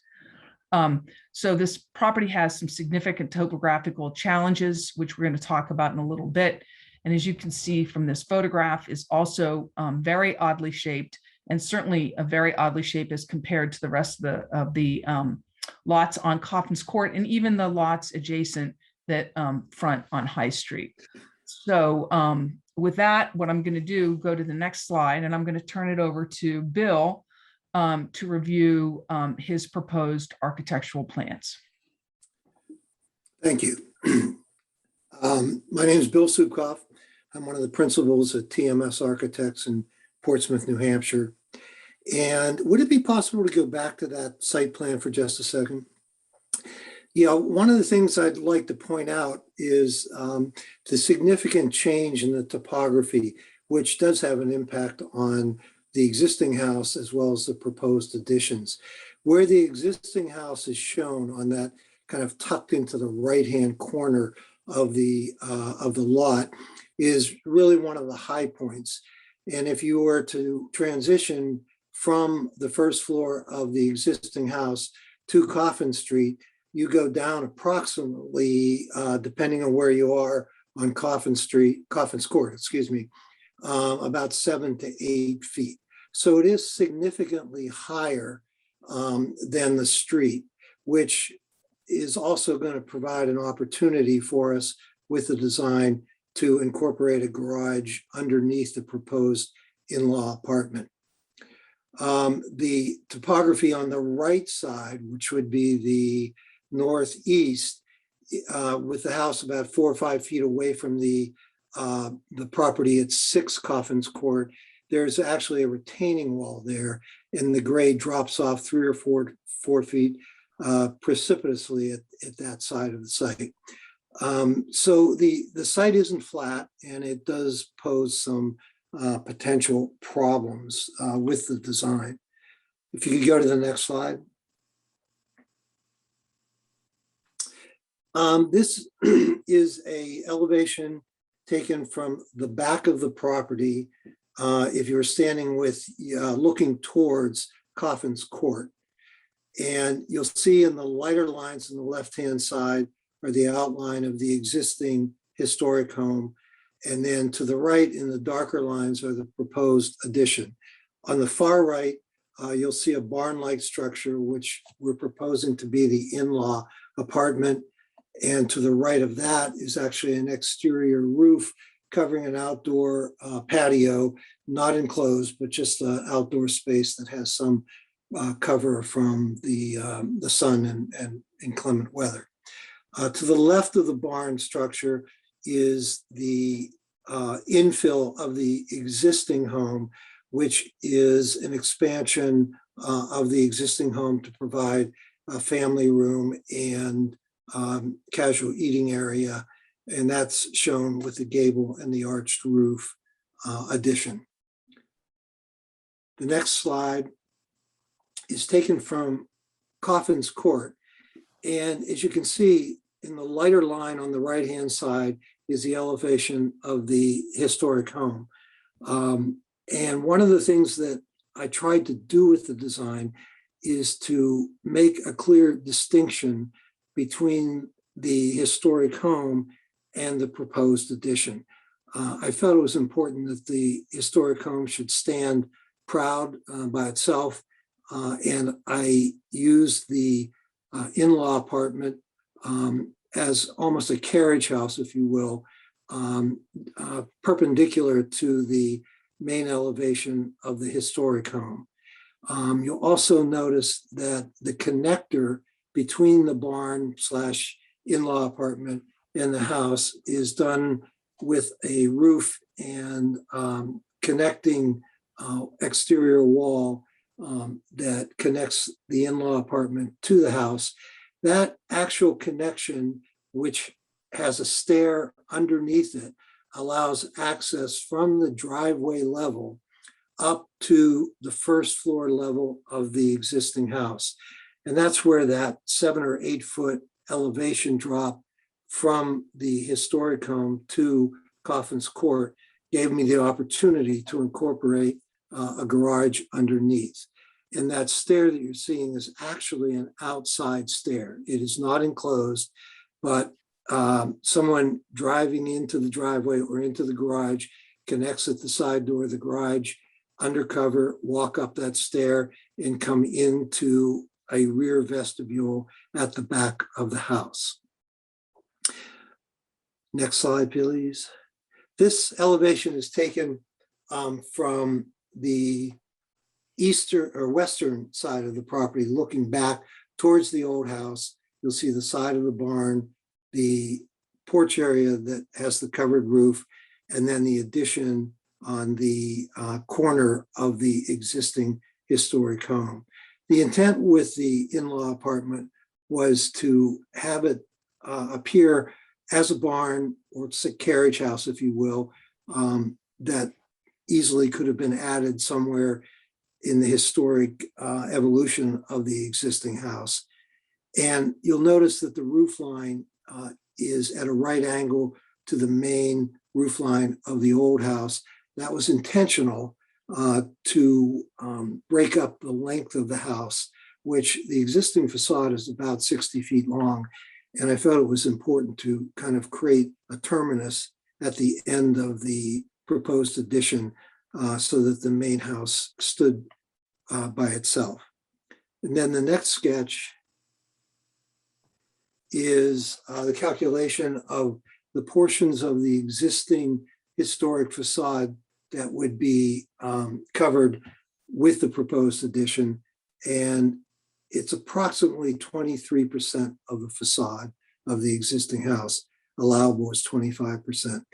And if you notice on the side elevation at the top right, that green gable is set back behind the window on the corner of the old house.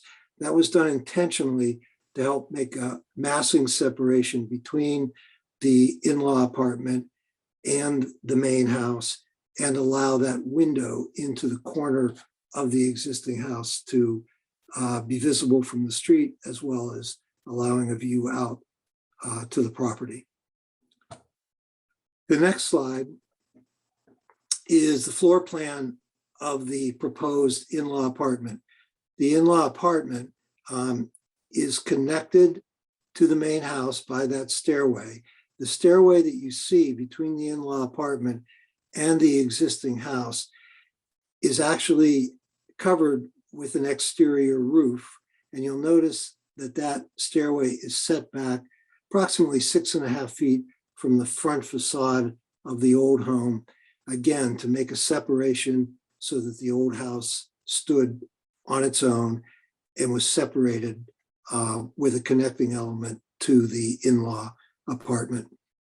The quadrant that you see the word addition is that corner of the house that is presently just an exterior brick patio that we're squaring off with the back of the house and the side of the house to provide the in-law, or excuse me, the family room, casual eating area, a half bathroom, and then an exterior vestibule that would allow access out that door, down the stair, and to the driveway and garage below.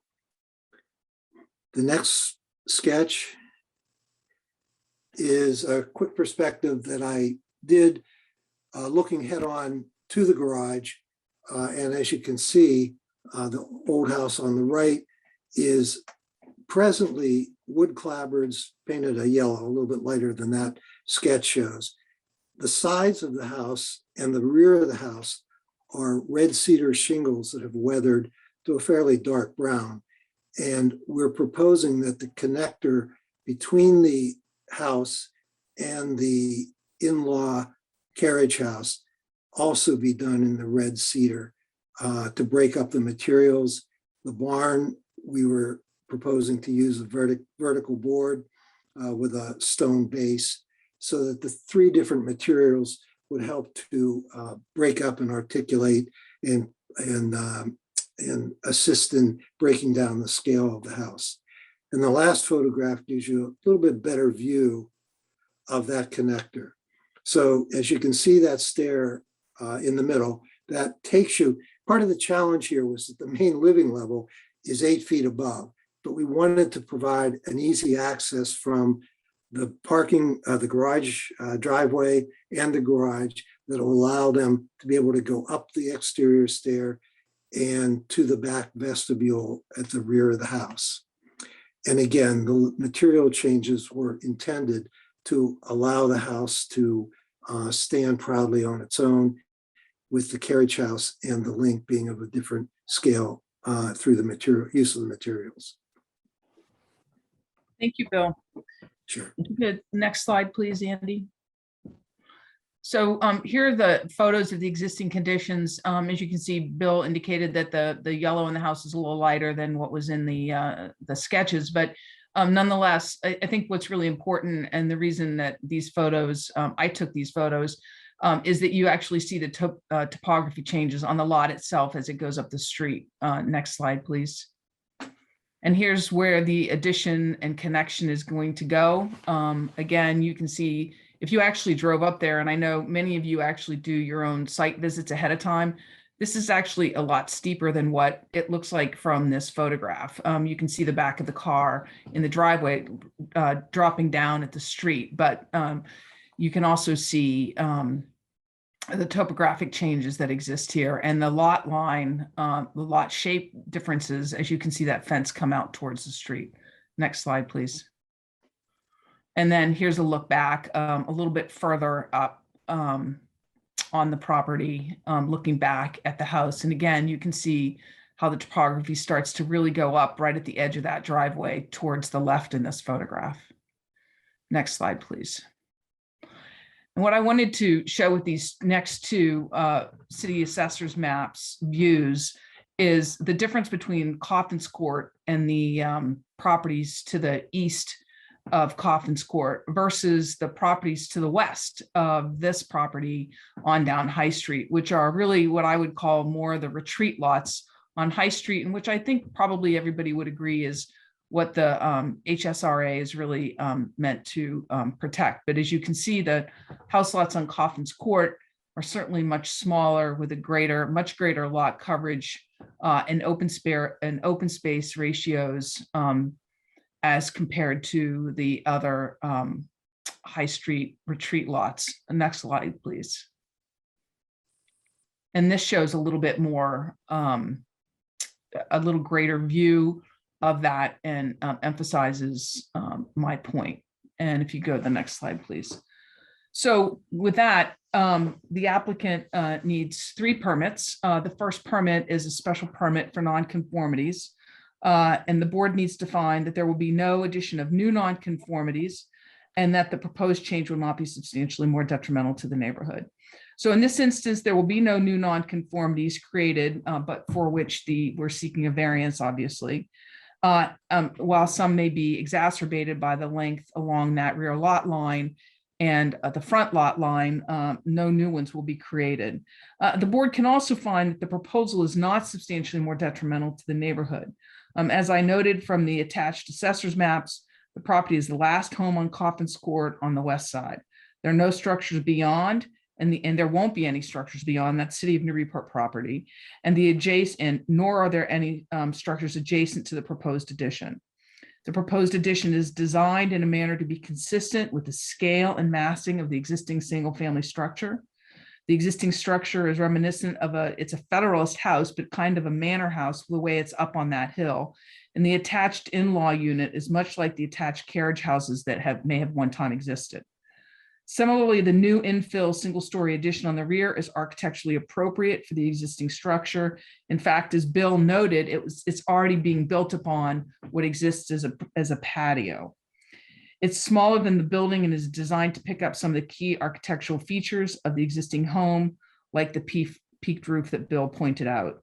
Further, there are no residents opposite the proposed addition on the adjacent property and therefore will have no impact on them. Along the same lines, the new carriage house, if you will, an in-law apartment, is smaller than the existing structure and picks up on design elements of the home, but differentiates itself, as Bill noted. The architect has taken advantage of the topography of the area and built a garage under the in-law apartment, so the apartment is on the same plane as the first floor of the existing structure. Based upon that, and the evidence presented, the board can find that the proposed additions are not substantially more detrimental to the neighborhood than the existing structure. We also need a variance. Next slide, please.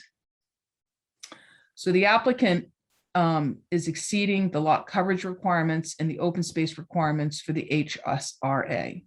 As I indicated earlier, Coffin's Court and the properties adjacent to Marches Hill are outliers in the High Street residential area. The idea of the rear of these lots being preserved is still accomplished with what we're proposing on this project. The lot coverage requirement for the HSRA is no more than 12%, and the open space requirement is at least 85%.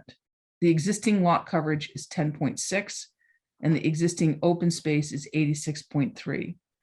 The proposals is to have the lot coverage at 17.6%. I might remind the board, which is still well below the typical 25% in the R2, which Coffin's Court is much more reminiscent of. And the open space at 78.8%, which is far greater than the 40% open space requirement for the R2, which again, Coffin's Court is much more reminiscent of.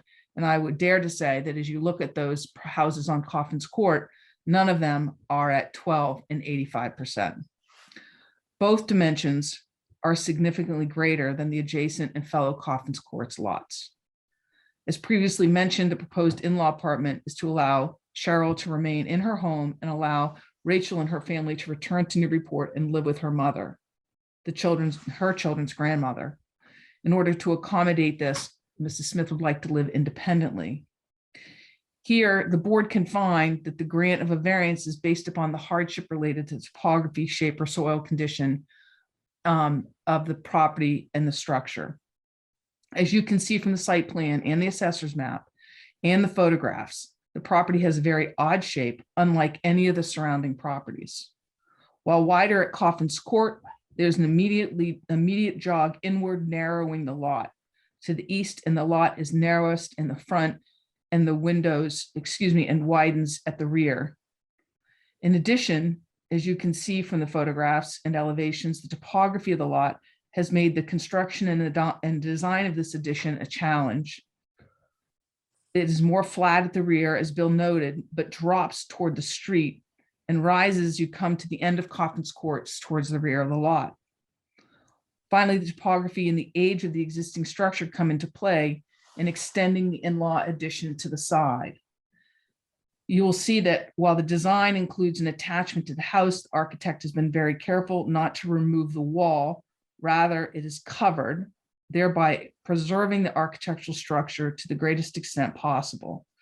In addition, the location of the in-law addition really has no place else to be given the setback requirements and shape and topography of the lot. If the topography and lot shape were different, the addition could have been moved more close to the existing structure, maybe. Given the age of the structure, that may not have been the best thing to do. However, great care has been taken not to disturb the existing foundation and rather construct a new foundation for the proposed in-law and garage and merely put a covering connecting the two. Further, the shape of the lot and the combination of the topographical challenge and existing historic structure are also unique to the property and unlike the remainder of the neighborhood. The proposal does not derogate from the intent of the ordinance. Here, the lot is largely open, remains free of structures other than this home.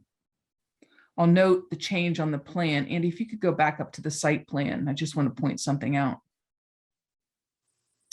In your packages, you have, there's a shed on the rear of the lot that's not marked to be removed, but is actually being removed. And so we provided the office with a new plan today that shows that shed is being removed, which is what you see here.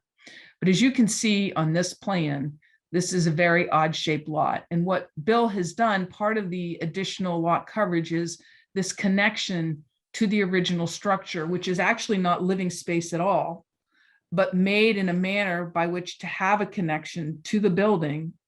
And it goes against both lot coverage and open space. And so he's done that to preserve the historic integrity of that side of the structure, but also because the topography that is in that area of the lot itself. The other thing I like about this, seeing this, and then we can show it in relationship to the photographs, is you can see actually where the addition is coming out to.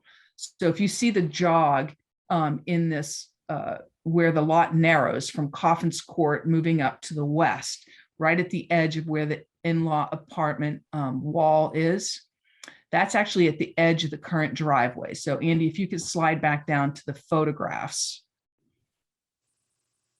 Go to the next one. Let's see if it's a better shot. There you go.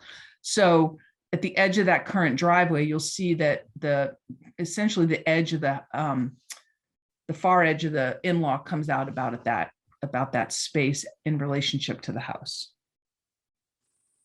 The proposal doesn't derogate from the intent of the ordinance. Here, the lot largely remains open and free of structures other than the home, as I showed on the site plan above. The purpose of the HSRA is to preserve the rear areas of the homes on High Street, and the proposed addition does not take away from that purpose. In addition to preserving the streetscape of High Street, and this particular lot does not abut High Street. The proposal remains at the front of the lot and is as compact as possible. The property is not abutting High Street, as I noted, rather it's tucked in off of Coffin's Court. The proposal will not derogate from the intent and purpose of the ordinance, as it maintains the historic integrity of the structure while preserving the rear of the property, and certainly has no detrimental impact on High Street and the view on High Street. Further, the proposed change will not be detrimental to the neighborhood. as there will be no negative impacts on the neighbors as a result of the granting of the variance. As noted previously, the proposed additions do not abut any of the surrounding homes. Further, this is the last structure on the street. The design is sensitive to the existing structures and surrounding homes. There will be no detrimental impact on the neighbors. Finally, no special privilege will be granted to the applicant. Here, all of the homes on Coffin's Court, and Andy, if you could just slide down to the slide 15. Thank you. All of the homes on Coffin's Court, as you can see, have a much greater amount of lot coverage and less open space than is required under the ordinance or what is even being proposed with this proposal before the board. The proposal is actually more consistent with the ordinance than existing conditions on the remainder of Coffin's Court, and as a result, there is no special privilege in that regard. As to the property that is immediately adjacent and which fronts on High Street, there's also no special privilege there in that relationship, as that lot is significantly larger than any of the other lots on Coffin's Court or even the property, and in fact abuts High Street. As a result, there will be no special privilege granted to the applicant. And before I go on to the in-law apartment requirements, and you can go ahead and slide down to, I think, slide 19. We have provided to the board letters of support from all of the adjacent abutters for this property, including 47 High Street, 6 Coffin's Court, 11 Coffin's Court, and 7 Coffin's Court. You may not have the one from 47 High Street as it came in late today and was forwarded to the office late this evening. As for the special permit, the in-law apartment, will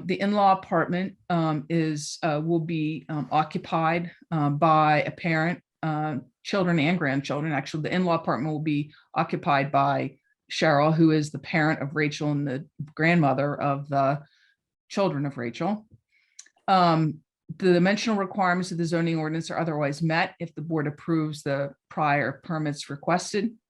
The gross floor area is not exceeding 700 square feet as required. The zoning board may impose reasonable conditions related to parking. Here, there is sufficient parking for at least 4 vehicles, 2 within the garage and 2 in the driveway. The safety, health, and building codes are all met. In order to become effective, the special permit granted under this section shall be recorded, and the permit will be recorded as required.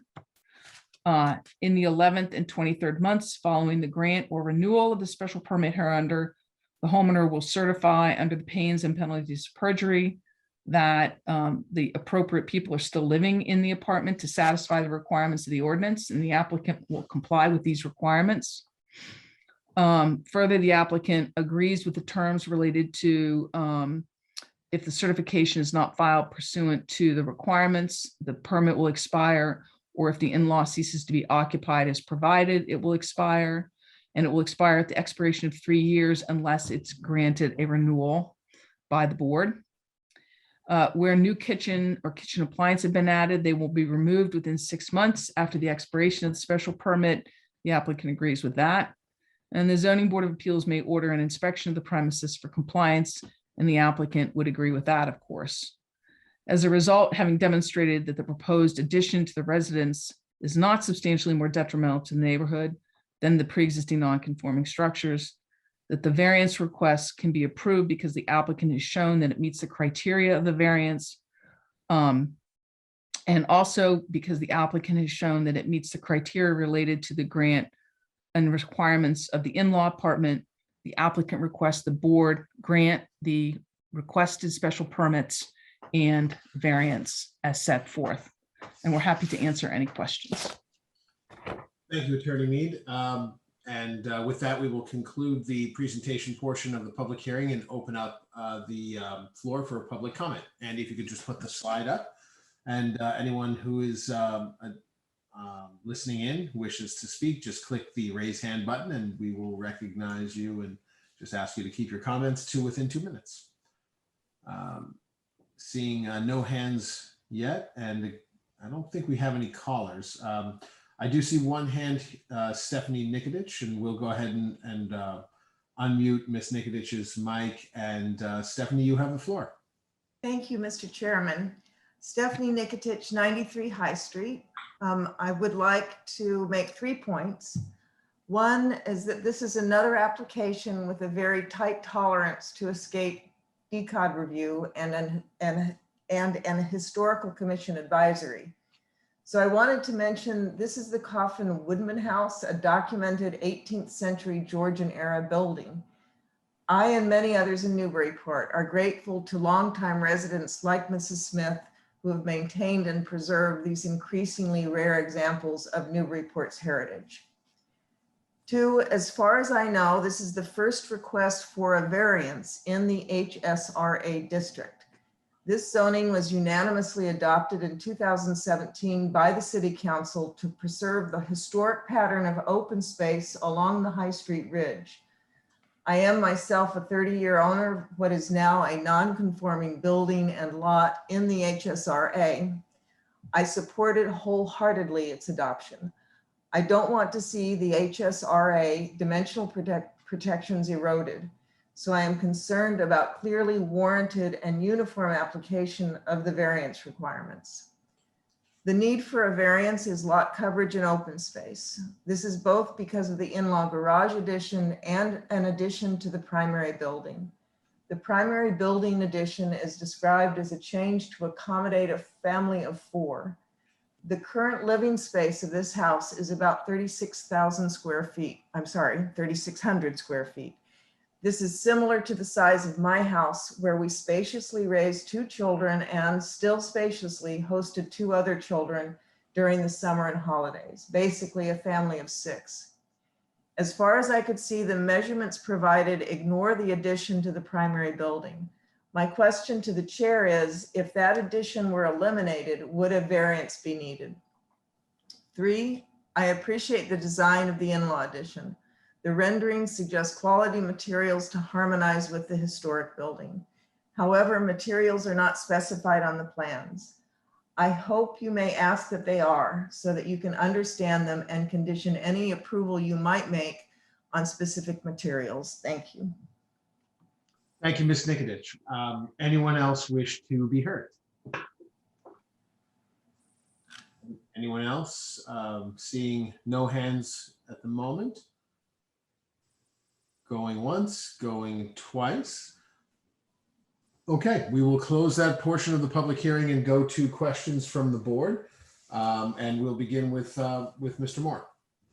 Thank you, Chairman Ciampetti. I am going to dovetail off of Ms. Nikitich's question, because that was the question, one of the questions I was going to ask.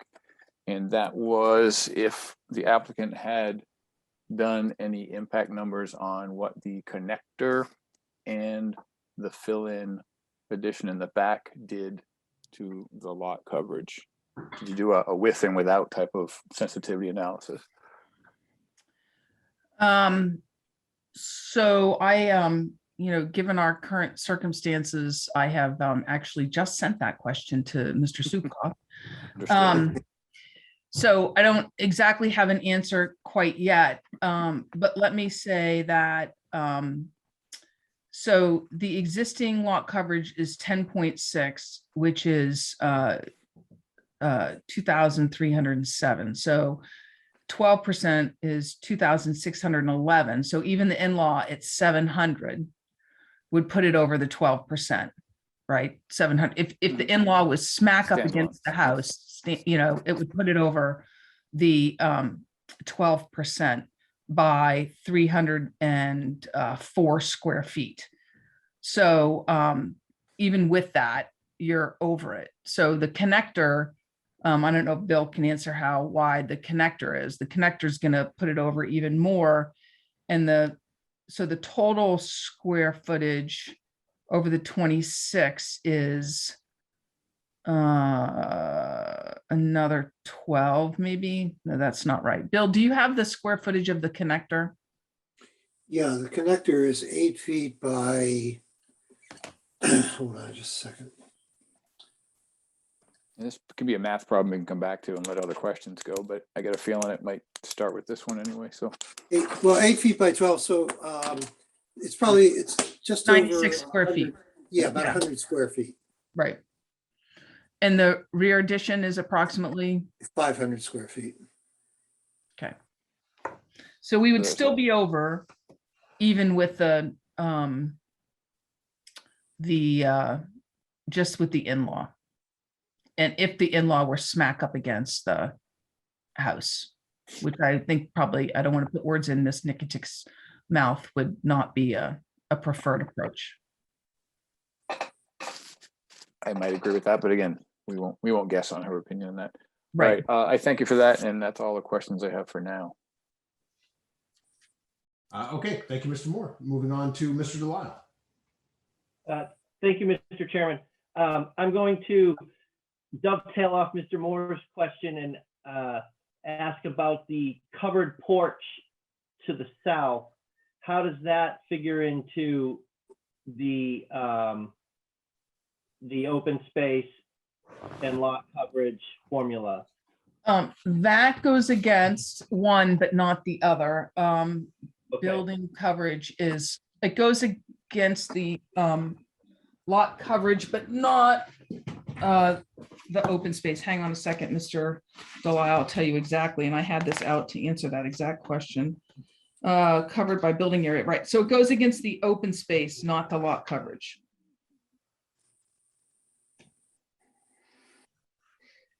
Okay. Okay. Thank you. What could, so the High Street A zoning district applies to Coffin Court, which is interesting because it's unlike High Street B zoning district, which does not apply to, you know, Arlington Street or Lafayette Street, or other side streets going south off of High Street, Right. On the other side. So that's interesting from my perspective. And it's interesting in the sense that it sort of cuts both ways, right? Because the city council, in setting forth what's covered by High Street A, clearly intended for Coffin's Court to be included under this, it would appear, and they clearly intended for those other streets in High Street B not to be included because they're not. So I think that, you know, this is another instance here where we have the variance request and the board has discretion to grant that request. And here it seems to me like, again, we're in a tough position where you have what appears to be the city council's intent to have Coffin's Court included in High Street A. Right. So that being the long way around the barn to get to, can you give me your thoughts on that? I can, and I think I actually have looked at this carefully because I understand the both districts, and if you could go to the further out my maps.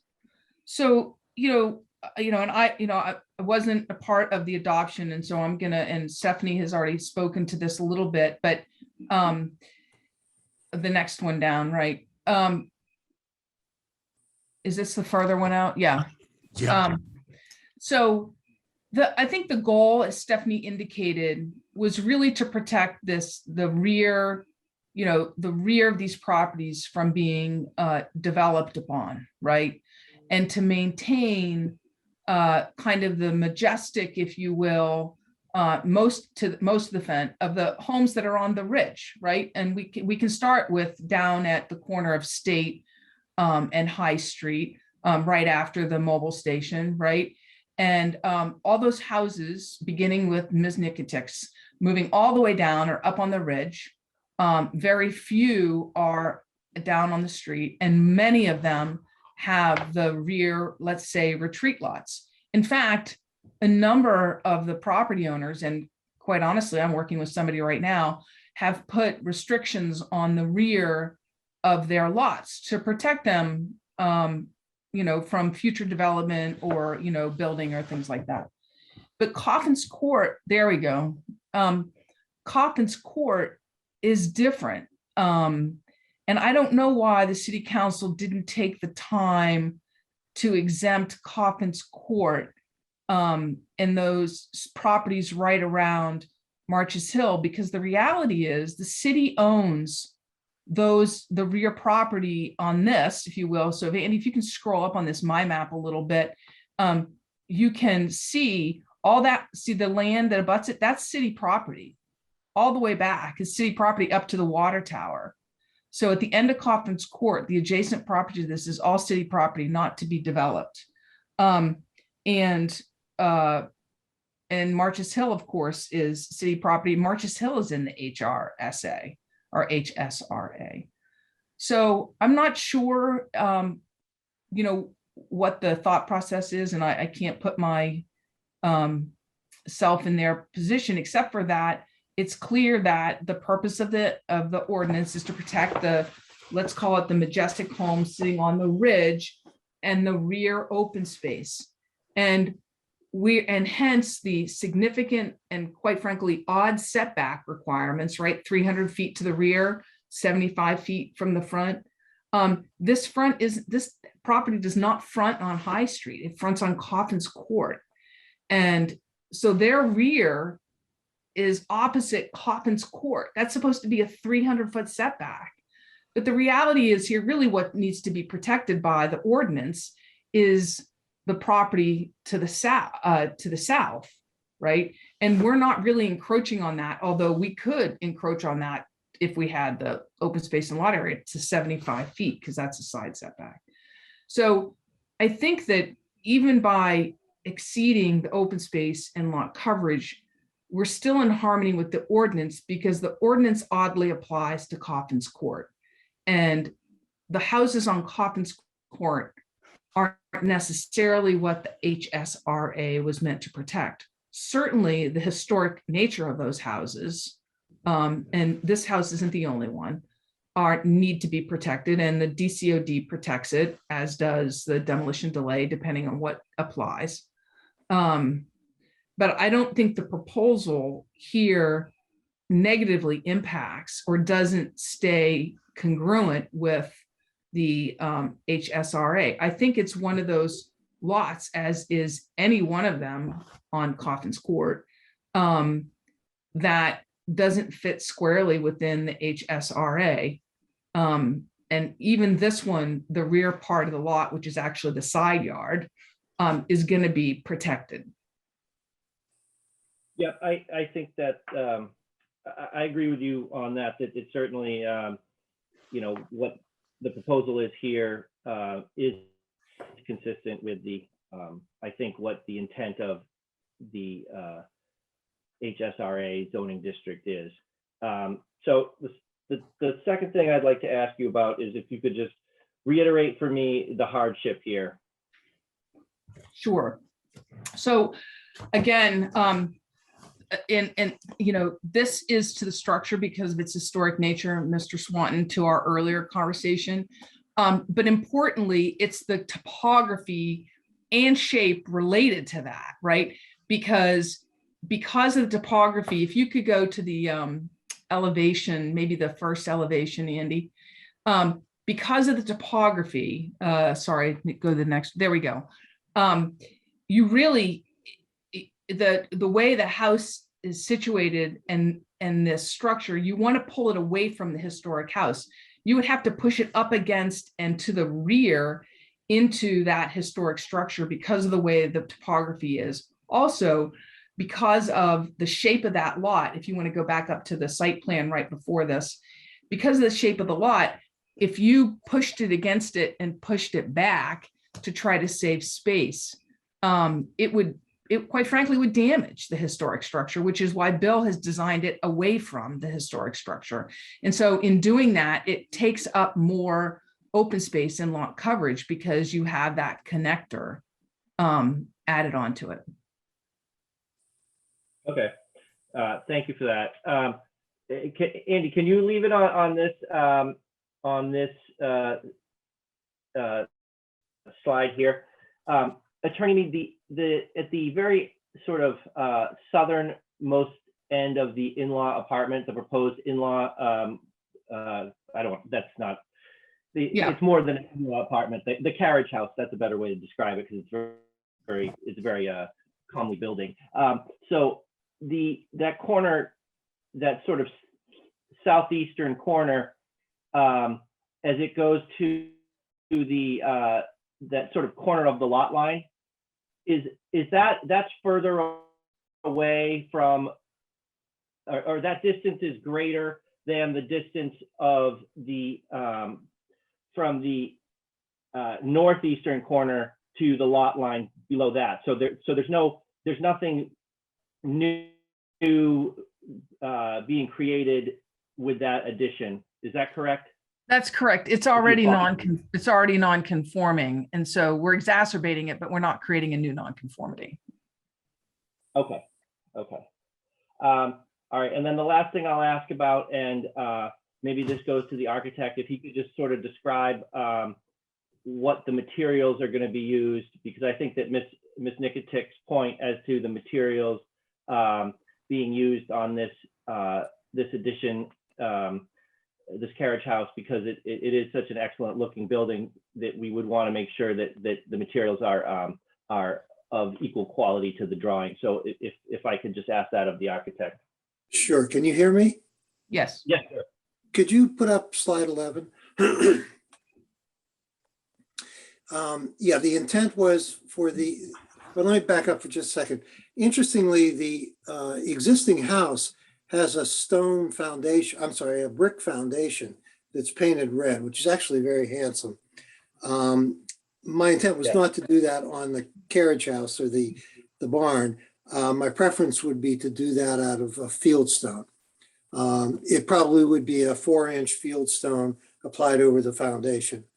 From that point up, my intent was to use vertical shiplap boards, random width, that could easily be seen on a structure, a barn structure like this. So it would give you kind of a pinstripe on the exterior of the barn. The connector of the barn carriage house to the old house, I think I'd like that to match the red cedar shingles of the existing house. I think that makes sense, and I kind of like the three materials together. The intent was that, believe it or not, the existing house has wood roof shingles, and cedar shingles, and we haven't talked about that other than the fact that Cheryl did say that she would like to do that. That is a very expensive approach, but if not the wood shingled roof, then it would probably be an architectural shingle, which is a heavier shingle with more texture, with the coloration that would simulate a weathered red cedar shingle roof. Bill, I'm just going to interrupt for a second because I have just learned that I feel like I'm on the news. I have just learned that a client will use red cedar shingles on the roof of the barn. Okay. Yeah, well, that's great. That would be the intent then. And the trim would probably be, to be honest with you, I haven't used real wood trim for years. They make Boral is a high density polymer product that simulates wood. When it's painted, you can't tell the difference. And just from a maintenance standpoint, that's what I would propose for all the exterior trim. Okay, that's good to know. And what about the windows? Just I guess to finalize or to. Yeah, the intent would be to do them in wood windows with SDL, simulated divided lights, which will look like the real thing. For the top sash, I'd like to do the top sash in the 6 light and the bottom sash below open, just to give a little more openness from the view inside. And also then you can use a single screen on the outside, which doesn't cover the muttons and puts them in shadow. I've done that for years and it's a nice look. and the small panes above really tie it back into the existing house. I haven't discussed that with my client. The other option would be to do a 6/6 SDL, simulated divided light wood window that would match the existing house. All the trim on the windows, the existing house has a band molding that wraps around the flat casing and head of the windows. We would do the same thing with a wooden sill with the tongues extended past the trim, which would simulate what's on the old house. So it's going to look very similar to the character and quality of all the windows in the existing house.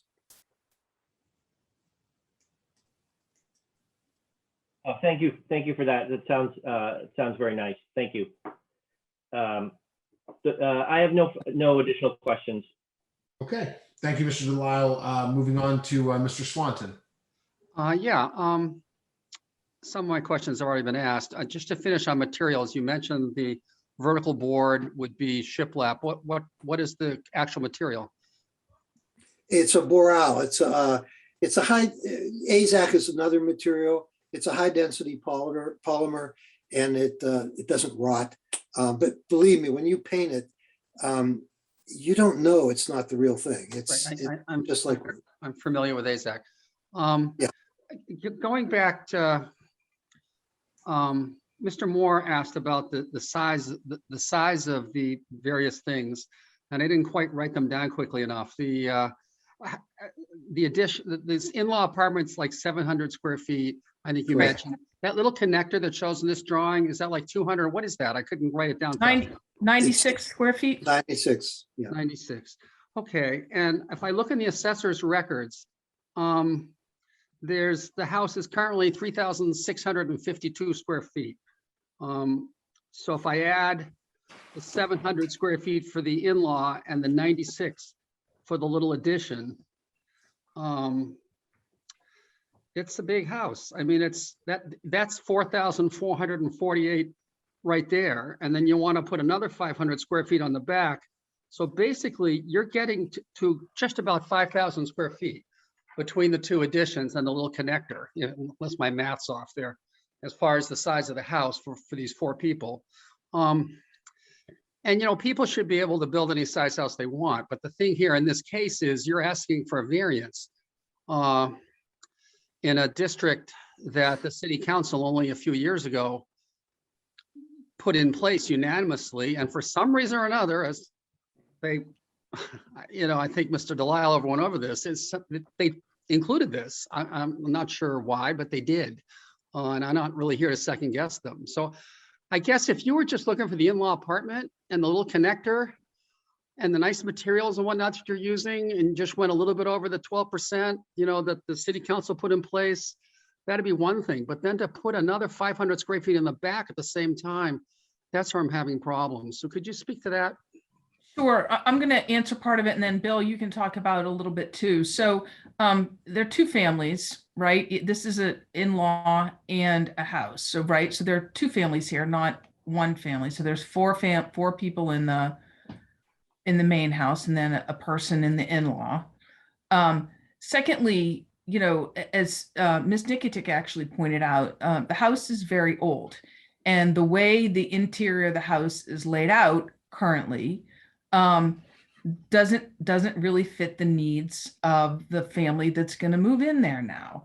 And so the goal was to provide a little more space on the first floor to open that up and make it more usable for current conditions. We all might recall that, we're all in a different time right now, and who knows what's going to happen and who's going to be living at home and working at home and being educated at home all at the same time. So, Bill, you can talk a little bit more about the interior of the house and how you want to retain some of those original structure, some of the original pieces and way it's laid out, and one of the reasons why you put on the addition. Yeah, I would like to speak to that, because this is a very good example of where I think the historical integrity of the interior of the house has a major impact on how the house lives. And if you look at this site plan and go to the right-hand side where the outline of the existing house is, you'll see the bump out going towards Coffin's Court. Well, that bump out is obviously the front entrance, which is quite frankly not used very often. But from that point to the back of the house is a hallway. And to the right of that, the two rooms on the right side of that are absolutely, I don't know if any of you have been in the house, but they are absolutely some of the finest example of Georgian interior detailing I've ever seen. They are exquisite. But like so many of these houses, they're exquisite, but they're not very livable. And I think that parts of the year, Cheryl doesn't even use those two rooms. She leaves them as they were. They're decorated with antiques, but they're really not, from a functional standpoint, a very livable part of the house. Now that quadrant in the back where you see remove entry, where that word is, that's the kitchen. So if you take the right side of that where the hallway goes from front to back, that whole right side of the house is not very livable. Or it's historic and they really don't, it doesn't function very well. Where the entry, the remove entry word is, that's where the kitchen is. So by adding that, filling in that corner where the brick patio is, all of a sudden you can get the kitchen, the family room, the casual eating area, the vestibule, the half bath, to all be together, which is really the American lifestyle. We all tend to live in the kitchen, family room, and casual dining area. So even though the house is big, I agree with that.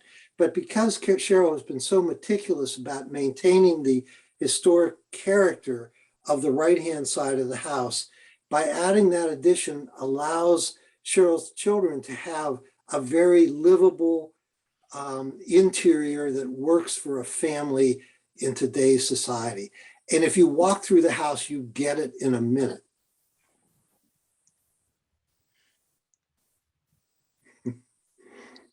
Did that help? I have no more questions, so next.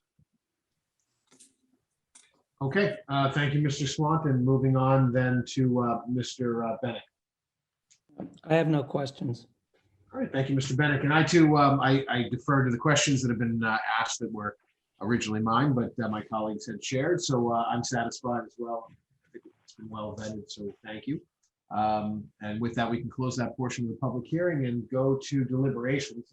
I remind my colleagues on the board that as we deliberate, we should tailor our deliberations around the legal criteria, or I should say the permitting criteria for both the dimensional variance, which was the first of the three applications for relief, the special permit for nonconformities to construct the in-law, and the new one-story addition in the rear, and then finally the special permit to allow the in-law apartment.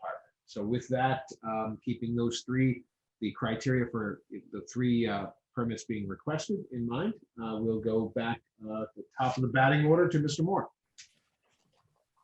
Thank you, Chairman Ciampetti. I'm going to go in generalities and not get too in depth. First of all, I mean, I really want to commend the architect in blending old with the new. I mean, I think the addition is well considered, planned, thought out, and the consideration to set apart the historic house from the carriage house addition. I think in the way it's done, I think is brilliant. It's great. Again, the biggest issue and the reason I was looking for the dimensions is I think the connector works. I'd hate to see the connector go. It was what would the impact be if that little back fill-in corner wasn't done? But I appreciated the explanation of, when you walk into these old historic homes and colonials, I used to call it, the living room to nowhere. When you took a corner, you were stuck in a room. So and having not been in that house, I understand where he's coming from. So that was helpful. The variance issue on lot coverage and open space, the way that lot looks, I did check it out. It's crazy with the different heights and topography that surrounds it. And then the fact that the only way you could go if you wanted to do this, and I think it's reasonable to have, an in-law apartment on a lot that size with all that space to one end. I just don't see that hurting too much. So I'm just going to speak in generalities and let my colleagues pick up from there, and I'll come back with more comments if need be.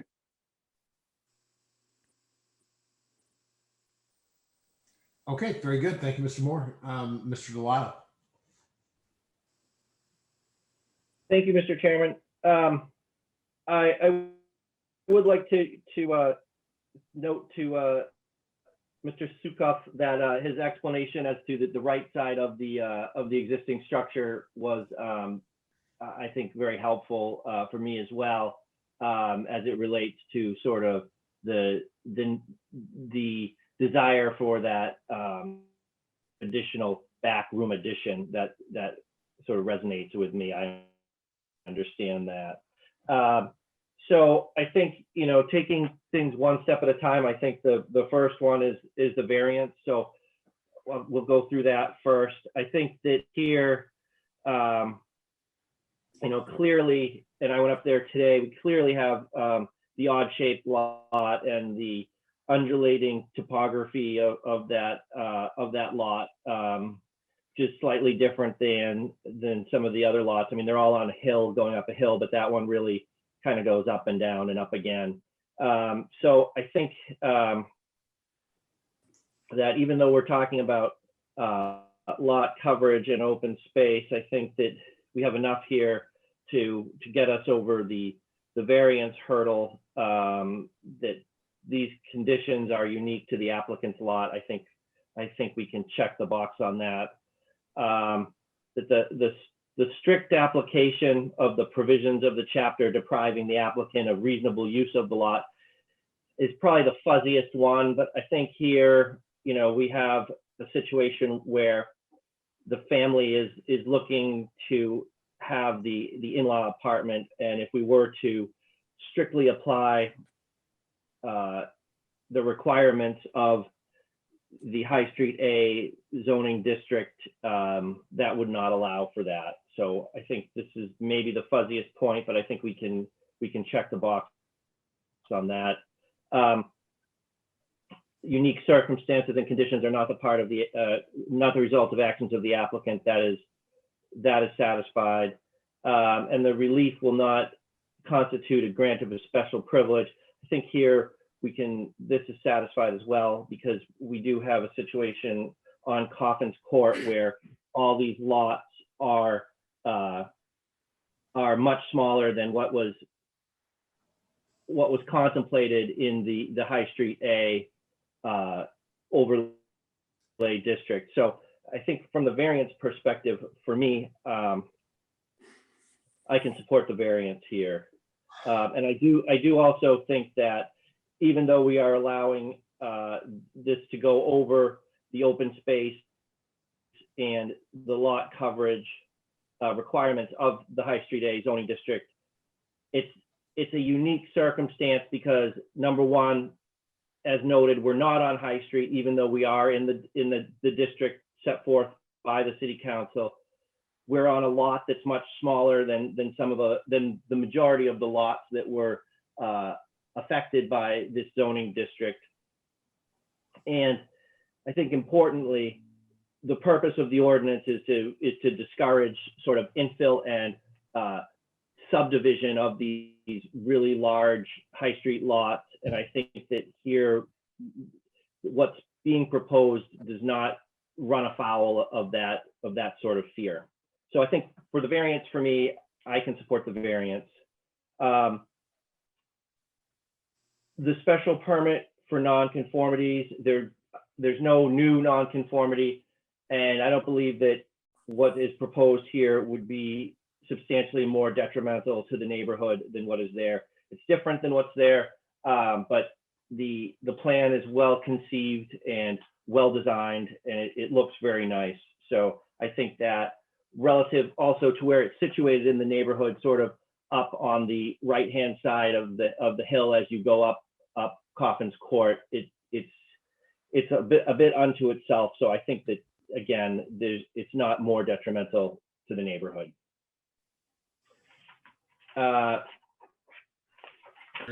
With regard to the... Sorry, go ahead. Sorry about that, Stephen. Yeah, no, that's okay. I Although I could leave the in-law special permit findings for another member. So maybe I'll do that and just, I'll end my thoughts here and come back if necessary. Okay, well, I certainly didn't mean to interrupt. I kind of took the pause as though you may have been finished, but we'll see if it gets hit with, that puts all the pressure on Mr. Bennett. Mr. Bennett, what say you, sir? Well, I guess I think this is, again, a tasteful design. I have no question and qualms regarding the in-law apartment or the covered connector. I think it's an elegant architectural addition. However, I have to say that I have a real problem with the addition. It seems to me that the in-law apartment has been a stalking horse for adding 500 feet to this structure. And although I stand to be convinced, I cannot see meeting the criteria that somehow the addition of 500 feet to a 3,600-foot building is necessary for the reasonable use of the structure. And if that were a standalone application, I would vote against it in a New York minute if it required a variance. So I guess I'm having a difficult time not unbundling this application, because I think the in-law apartment, which there are strong policy considerations in favor of in-law apartments, and I think the ordinance encourages those in-law apartments, and that's fine, and I have no problem with that. But I'm struggling with the other piece of that, and I'm not sure where that takes me. But I guess I'll make a decision in a moment.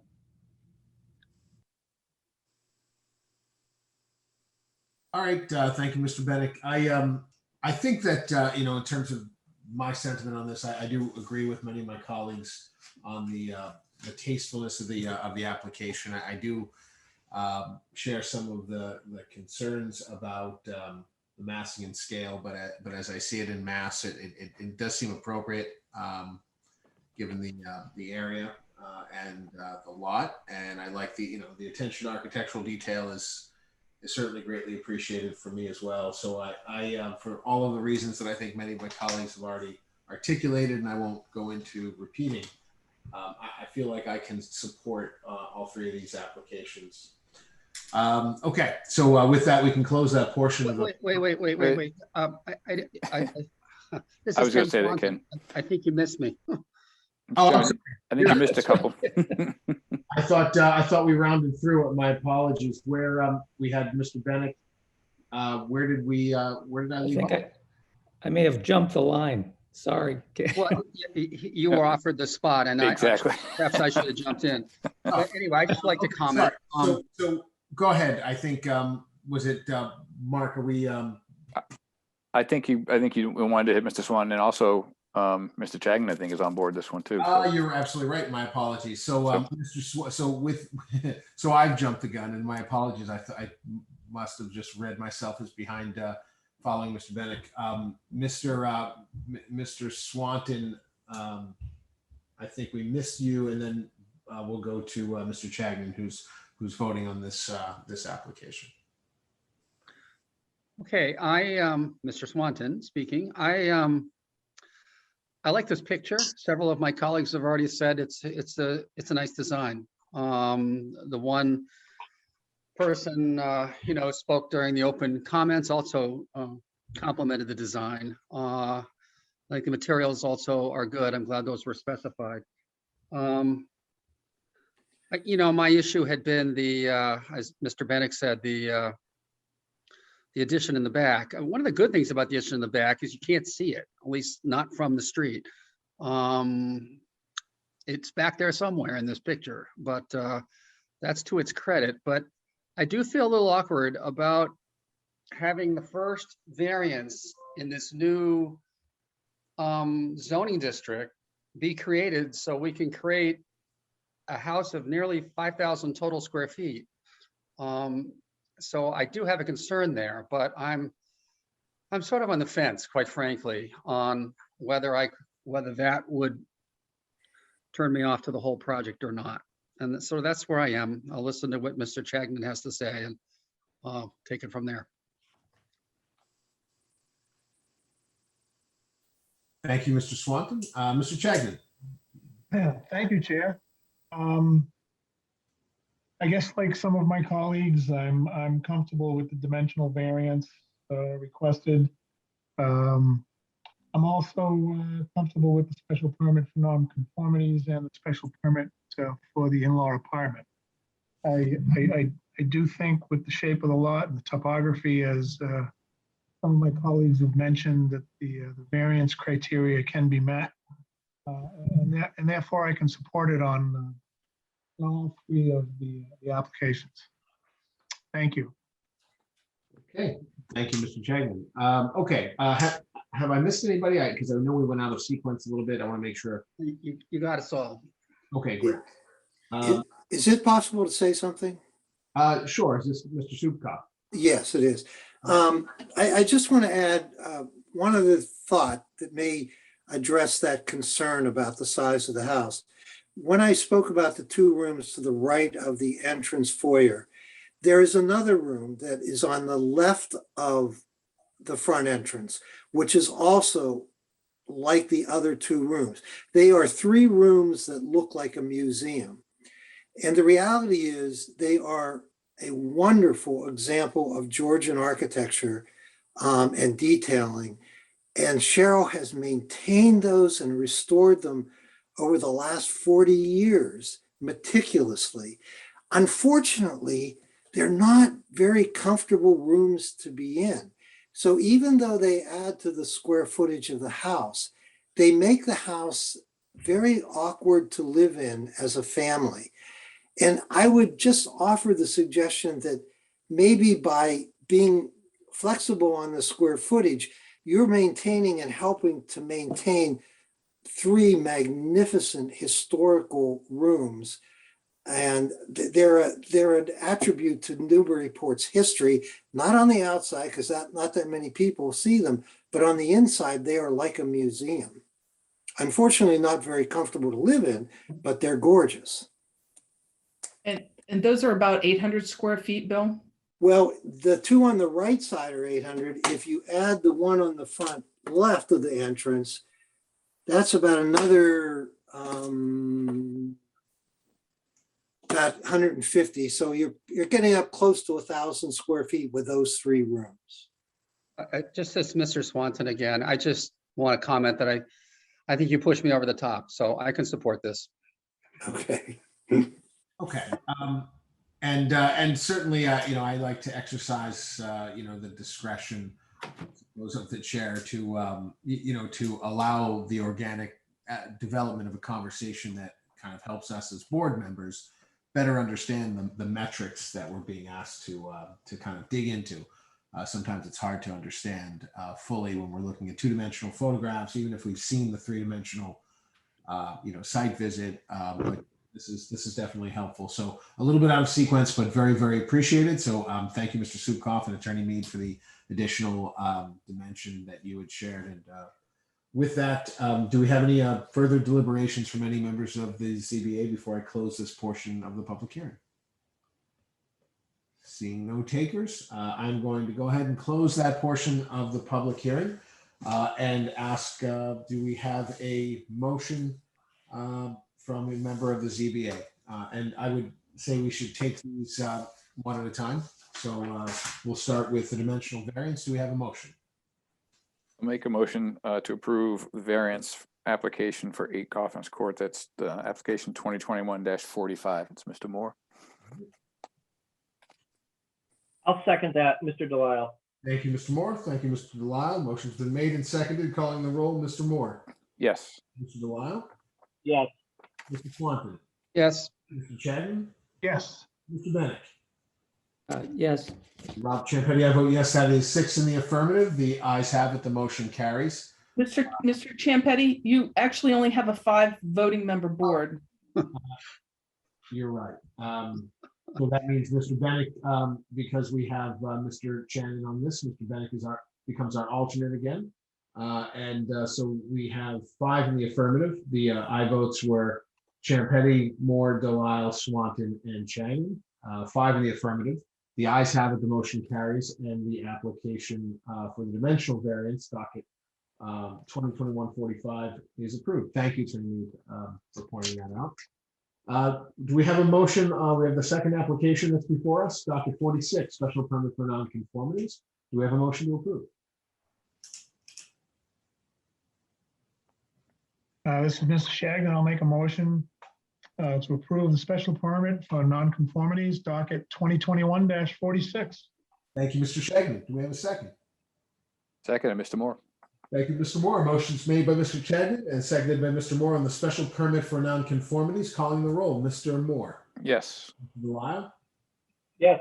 Mr. Swanton. Yes. Mr. Shagnon. Yes. Rob Champetti, I vote yes. That is 5 in the affirmative. The ayes have it, and the motion carries. The special permit for nonconformities, docket 46, is approved. Thank you. And do we have a motion to approve the third and final application before us on 8 Coffins Court, which is the special permit to allow the in-law apartment? Do we have a motion?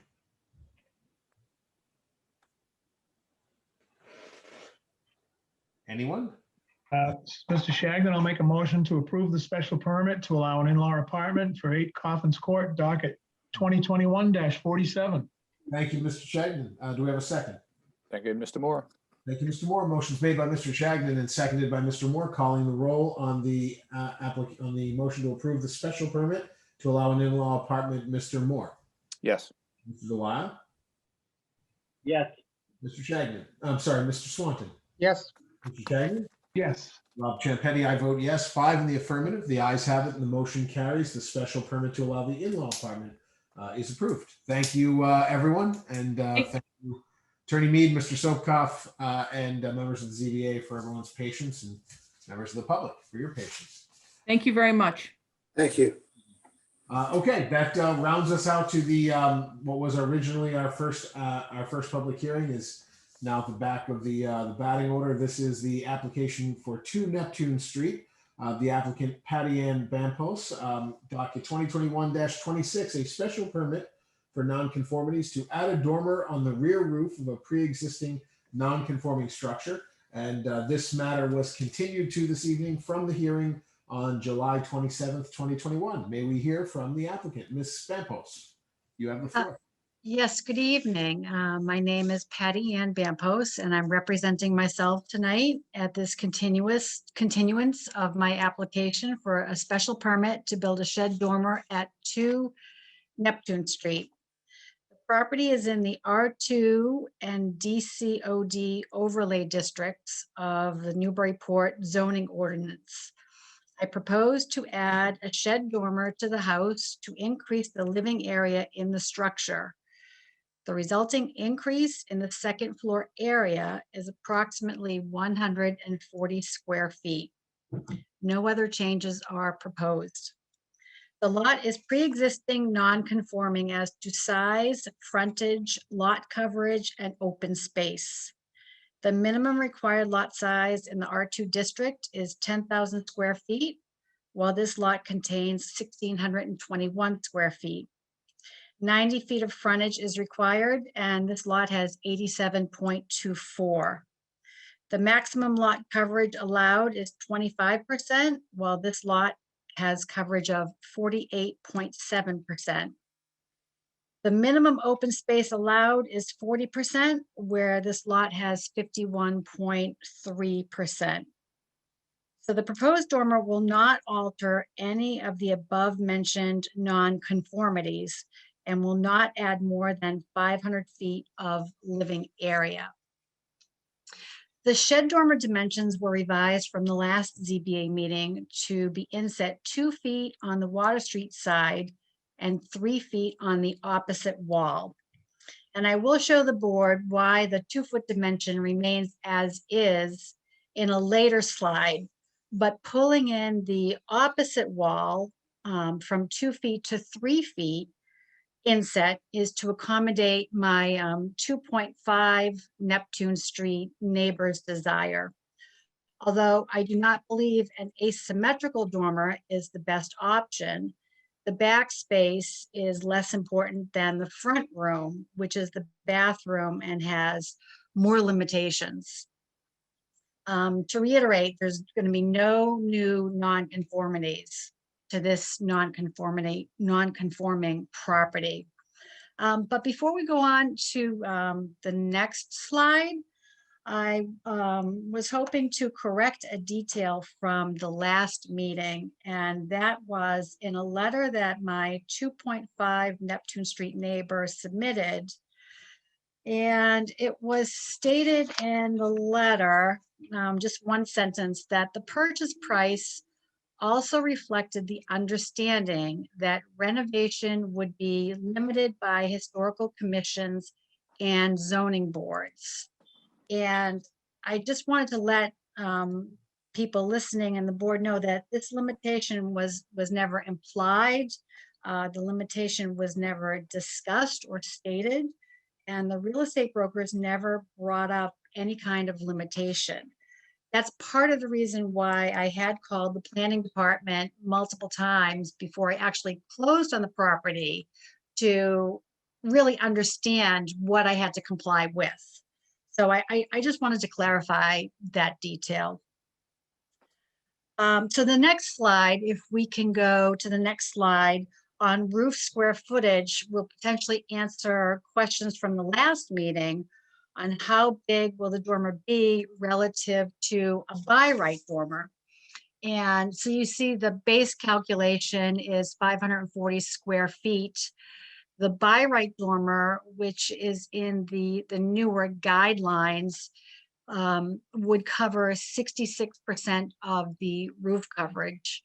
Now, at the beginning, the very first meeting, I had wanted a 1 foot inset on both sides, and that would have covered the roof by 84%. Tonight, for this meeting, which I'm referencing the 727 ZBA meeting, it's actually 21 feet by 19 feet, so it covers 399 square feet, which is 74% roof coverage.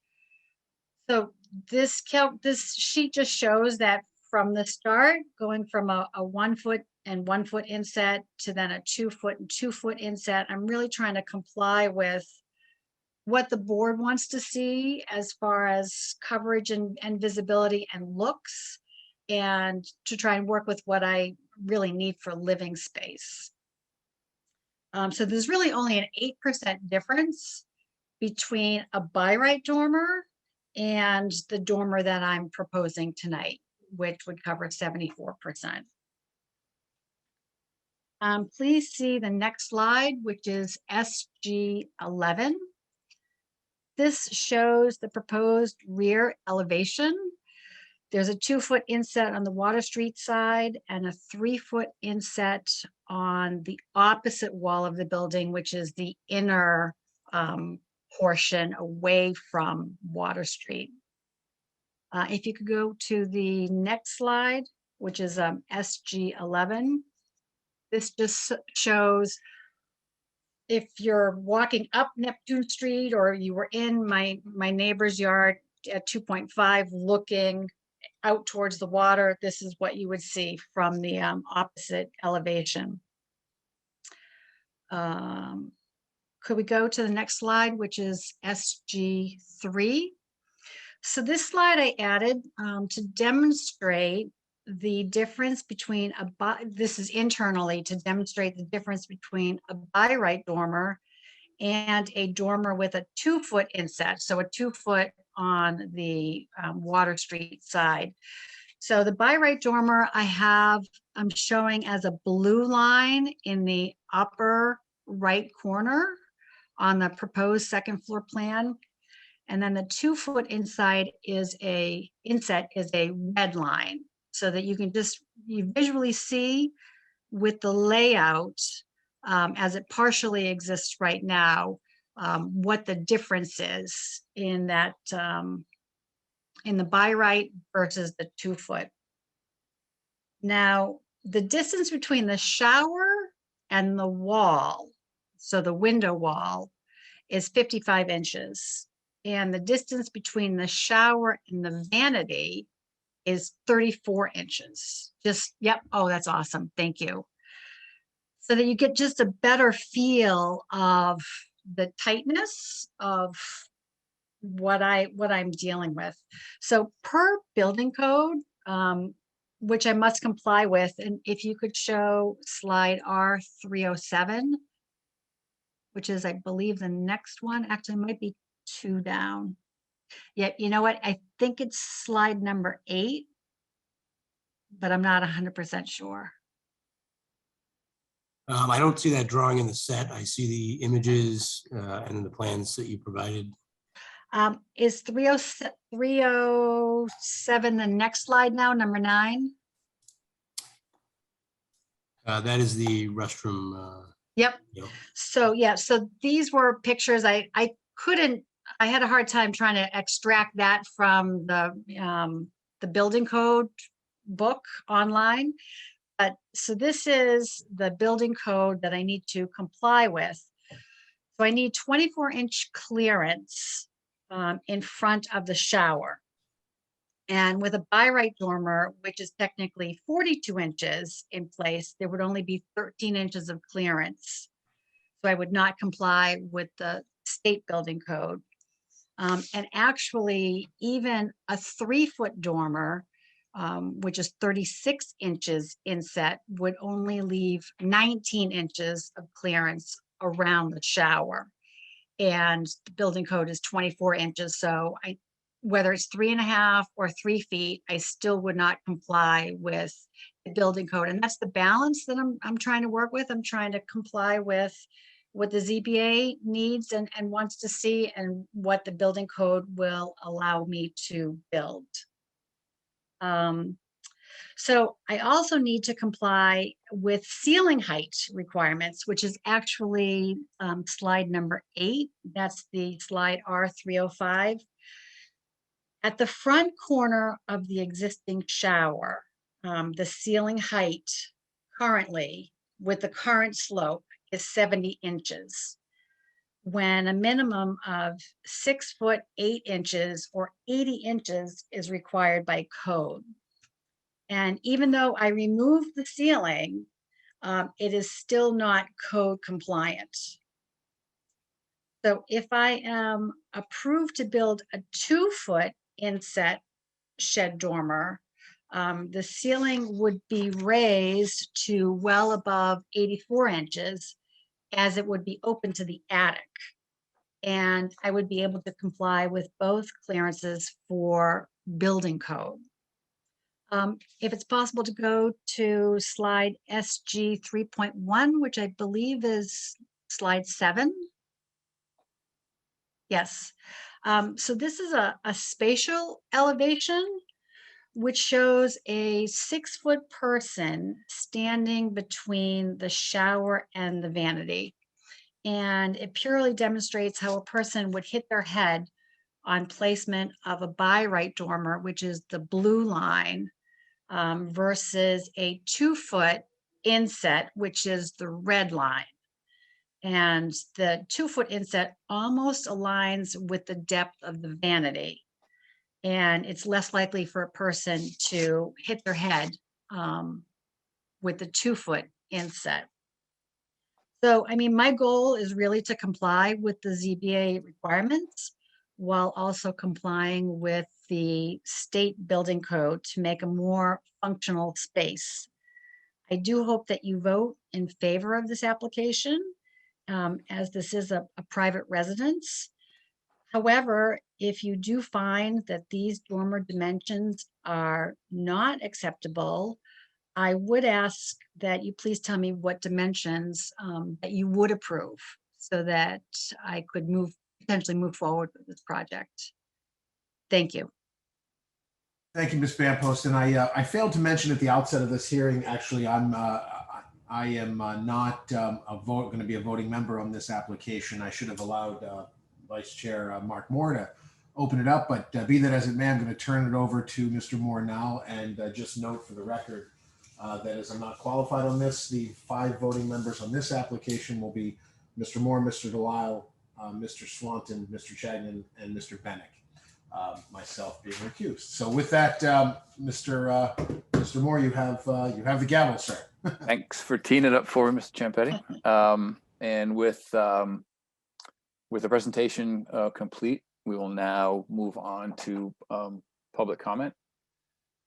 So anyone in the attending the Zoom meeting right now that wishes to comment, please raise your hand and remember to give your name and address before after you are recognized, and unmute your mic, and then let us hear what you have to say. And the first person we have is Patricia Pecknick. Great. Patricia Go ahead. Pecknick, 4 Dove Street. I'd like to comment on the argument about ceiling height and the building code in general. The existing building code of Massachusetts exempts historic structures from the application of building codes that were written to regulate new construction.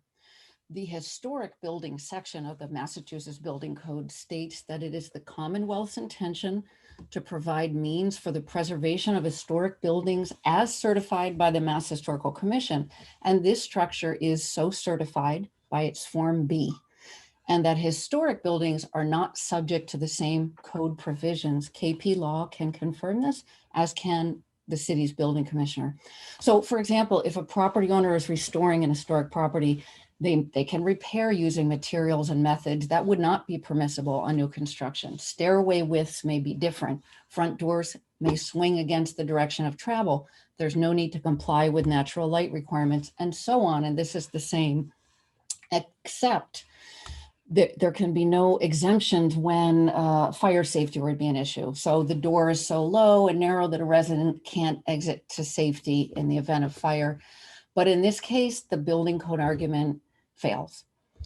And in addition to that, Attorney Mead made a very compelling point that the phrase structure in our zoning ordinance incorporates by logic the phrase historic, that the ZBA does consider the historic nature of structures, that arguments about the historic nature of a structure are appropriate to make before this board.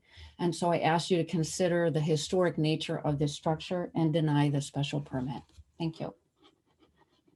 Thank you, Ms. Pecknick. We will now look for other comment from the public. We do have one caller, phone number ending in 407. If you'd like to press *6, you should be able to unmute yourself and speak to the board. Hello, am I coming in loud and clear? Yes, you are. Oh, wonderful. This is Reg Bacon, once again, at 21 Strong Street in Newburyport. I'm speaking against the special permit for nonconformities at 2 Neptune Street, which is one of our city's few remaining examples of first-period architecture. The dormer proposed simply does not meet the dimensional requirements of our zoning laws, incidentally, which exist for the common good of our community. I could leave it at that. But the tail of the tape, really, or the tape measure, is enough to make a decision. But regarding the more or less detrimental question, in my view, while any individual applicant is entitled to have their appeal heard fairly, the other 15 or 20,000 citizens of Newburyport are entitled to have their zoning ordinance enforced and applied with both heart and mind. I certainly appreciate the need of the applicant to comply with the building codes, but there's also a need to comply with the zoning code. So to be crystal clear, in my view, the proposed dormer is a detriment not only to the neighborhood, but to the structure, the historic structure, and to the city. I will say with some resignation that the dormer as proposed would really be no more of a wart-like incongruity than the dormer that can be done by right. But I urge the board to deny this application, and let's put an end to the endless continuations that tax everyone's patience. Thank you. Thank you, Mr. Bacon. Would anyone else like to be heard? Next person we have is Stephanie Nikotich. Please go ahead. Thank you, Mr. Chairman. Stephanie Nikitich, 93 High Street. I agree with both Ms. Pecknick and Mr. Bacon with all of their comments. I think that it is a little late to start introducing building code arguments here. And, you know, I can say I note that in this bathroom, there is both a shower and a clawfoot tub, which, while I understand that's desirable, I don't understand why the bathroom would need both. And I will say this is the second incremental reduction of a dormer, which is still too large. And the multiple continuances with inch by inch plan changes is how the public is worn out and shut down. I will probably be your last public commenter. At the last two hearings, there were 9 residents opposed to a dormer larger than what is allowed by right, including a letter from the owner of the other side of this deeded half house. I was one of those in opposition both evenings, and I still am. And I ask that you deny this special permit. Thank you.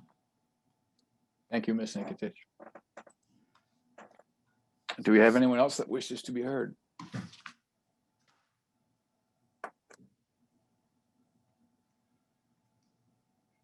I'm not seeing any takers, Chair. Seeing no takers. Ms. Nikitich was prophetic. We will close public comment and move to questions from the board, and we'll start, we'll go out of order. We'll start with Mr. Swanton. Oh, I wasn't ready for that. I know, curveball.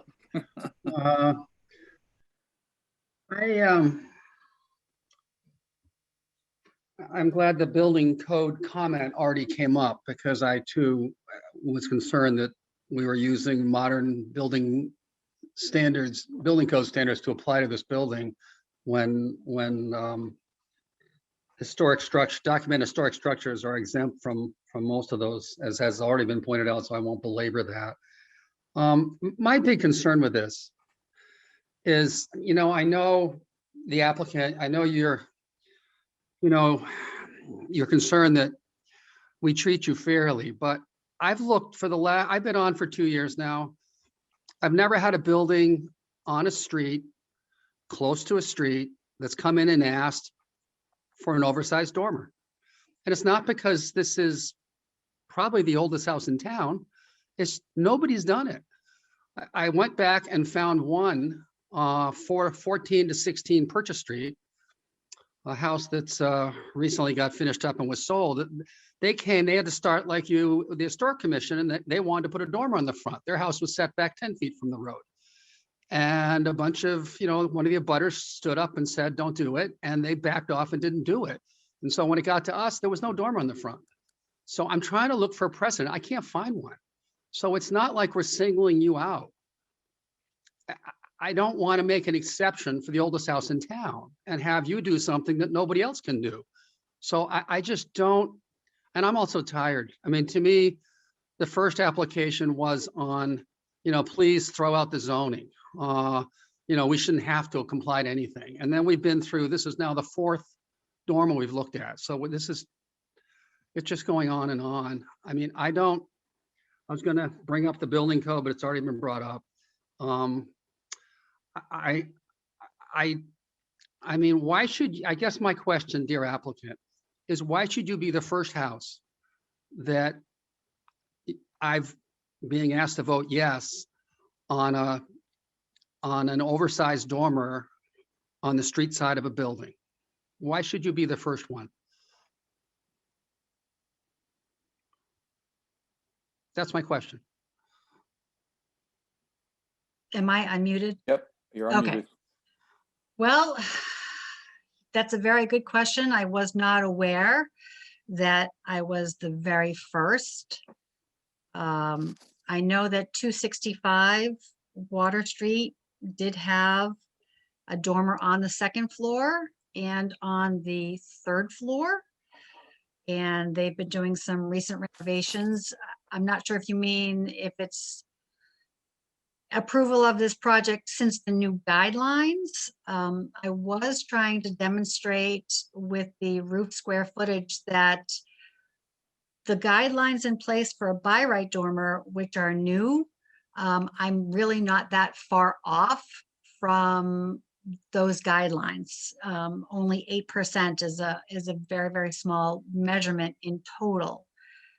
I actually was not aware that this project did not require to comply with new building code. And I'm confused by that because when I redid the kitchen, I had to have all of the electrical up to code for spacing and location. And when I did the plumbing, all the plumbing had to be up to code. So I'm actually, I'm confused about that because doing the kitchen and putting in the island and the lighting, that all had to be up to code. I think that's a good point. I don't know, Andy or somebody, I think perhaps electrical and plumbing are a little different than spacing of some of the room sizes. Are you or Jennifer or somebody, I don't know if any, I guess. Yeah, Jennifer's not with us tonight. I'm not the expert on the building code. I do suspect that there's probably some more specificity for the utilities end of it. But again, I'd have to defer to the building commissioner and KP Law as to the extent to which the exceptions from the building code would provide some flexibility here. So I'd have to defer to Greg Ertles or Dennis Burrell in the building office on that.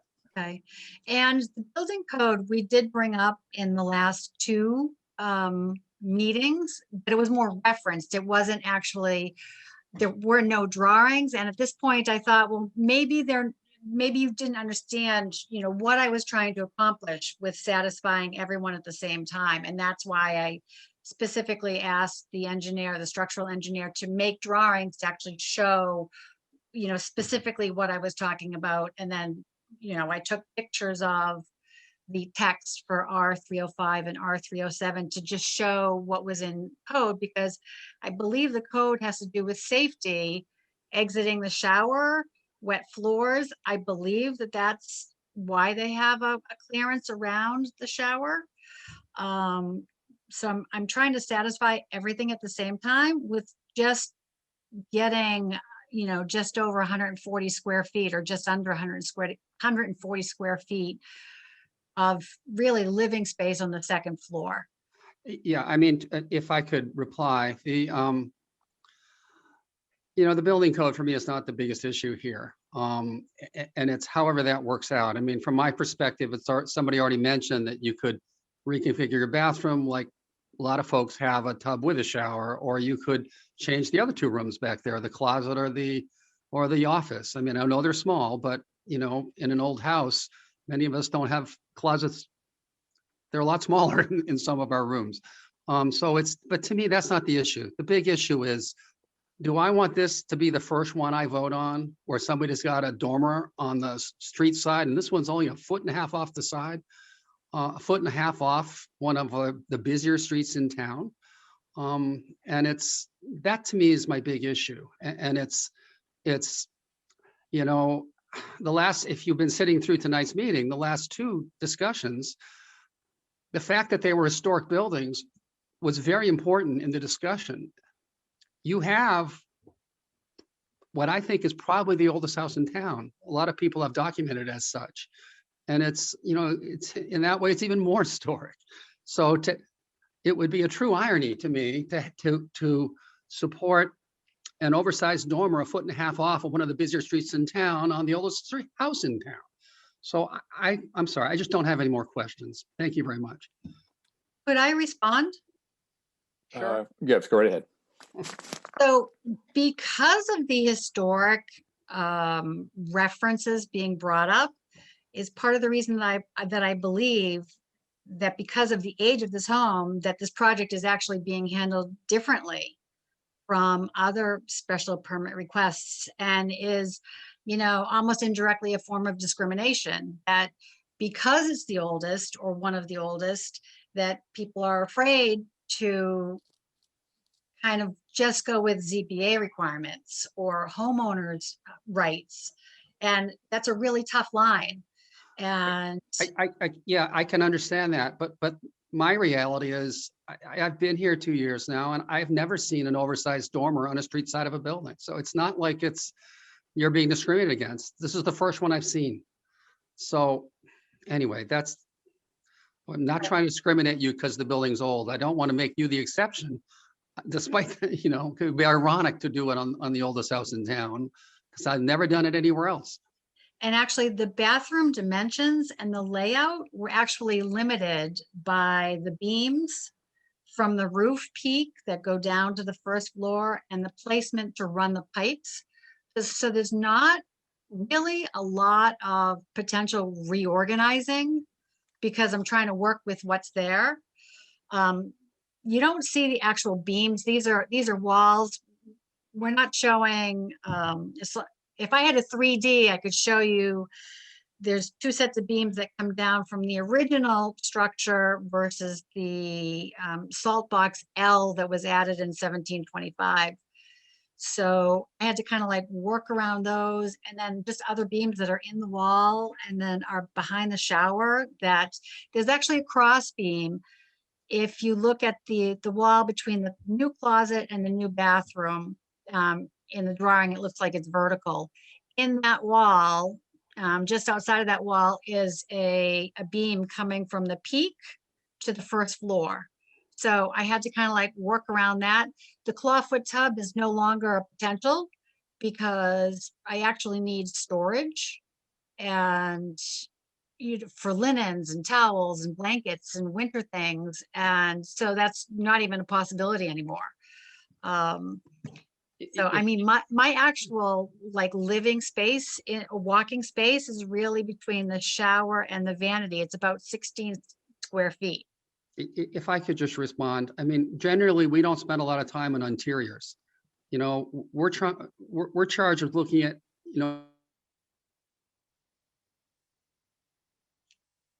Mr. Swan, you cut out in the middle of your statement. I don't know. It's, to me, I'm looking at the massing, and you have the person you share your house with is not coming here supporting this. He's against this. So I don't want to just go back and forth with you. I don't have any more questions, and I'd like to yield to the next person. All right, thank you. I think we should do that as well. Mr. Chagnon. Do you have any Chair, I questions? don't really have any questions. I think I understood the intent of the applicant the last 2 or 3 times, and I understand what they're trying to do. So I don't have any other questions. All right. Mr. Bennett? I have no questions. Over the course of the 2 or 3 hearings we've had, we've really plumbed these issues in great detail and heard from the public. So I think I have adequate information to sort through. Okay, fair enough. Rounding the horn, Mr. Delisle. Thank you, Mr. Moore. I have no questions either. Okay. So then it leaves me with questions. I just have one question I wanted to give the opportunity. I know we brought up, colleagues brought up the fact that you, Ms. Pampos, you had, there were letters against that. We had comments against tonight. Can you refresh the board's memory on letters of support you may have had? Oh, I would say most of, I think I submitted 10 to 14 letters of support. I actually could have gotten more. I just wasn't sure it was necessary. Number 1 Neptune, 5 Neptune, 7, 12, number Water Street, Jean and John Spellman, and I can't remember if they're 202. Betsy Woodman, which is, I believe she's 198 Water Street, 176 Water Street, Purchase Street, and numerous people that walk by that just verbally say that they hope that the ZBA will vote with me. The neighbor, my next door neighbor at 2.5 is actually not a year-round neighbor. He does not, he and his sister, their families do not live here. They come for weekends or they vacation for a week at a time. So they're concerned with the view from their deck when they are here. The neighbor that has the biggest impact from this project is the Spellmans. And they're, I believe, 202 Water Street. So my backyard and the back of the house looks right to the side of their house. So they would have the bigger, more consistent impact, and they support the project. Jim Wall, number 6 Neptune. So there's numerous. I just didn't, I submitted what I submitted, but I could have submitted another 20 letters. I'm trying to follow all of the procedures to ask all the right questions and submit paperwork and follow the procedure as is placed. And I could have gotten more if I felt that was needed. Understood. That's the only question I had. So with that, we're going to close that section and move on to deliberations, and no more curveballs. I'm just going to go right in order again. So Mr. Delisle can kick it off. Thank you, Mr. Moore. So we've been almost here before a number of times, and here we are finally. So I think where we are is we have the proposed dormer as it is proposed tonight will take up 74% of the roof. Andy, could you put up slide 3?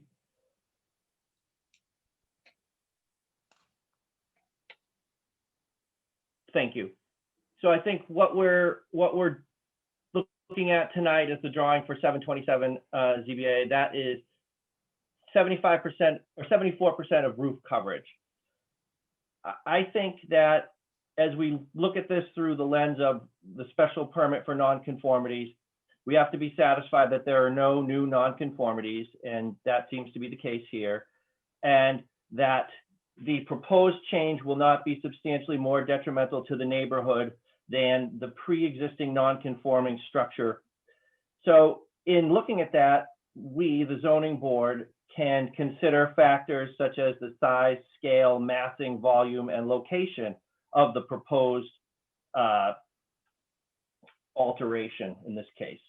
And we can compare them to the existing structure and lot or other structures in the neighborhood. So when we compare this to what is there now, we have no dormer. So I think going from 0 to 74 is a problem with regard to the size, scale, and massing and volume. And then when I consider the location, this being right on Water Street, I think we're going to be 2 feet from the sideline and then 2 feet off the street. So this dormer will be 4 feet off the public way. It's a highly trafficked thoroughfare. I think it's just too close. And for those reasons, I can't support this this application for a special permit for nonconformities. And that is all I have to add. Okay. Thank you, Mr. Delisle. Mr. Swanton? I think Mr. Delisle said it really well, and I agree with him. I can't support it, and given the late hour, I really don't want to add anything else. I think I've said enough. Excellent. Move on to Mr. Chagnon. Yeah, I guess I'm going to fall back to previous meetings and the discussions we had, and I'm looking through this through the lens of what the applicant can have by right, and I think the difference between what the applicant can have by right, which is a 3.5 foot inset on both sides, to what she's proposing, which is 2, is so minor that I can support the application. Since our ordinances allow a dormer of substantial size for this house, I don't have a problem with what she's proposing. So I can support the application as presented. Okay, thank you. Mr. Bennett. Yeah, I would agree with Mr. Shagnon on this. I would adopt his rationale. This is not a situation where dormers are not permitted. They are permitted, excuse me. And given the difference here of 399 square feet to 357 square feet, a total of 23 feet or so square feet. I can support this.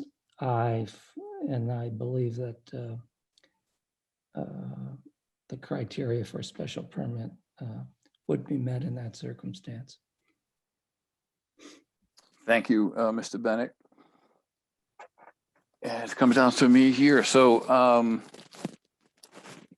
with the board split right now, it's 2 noes, 2 yays.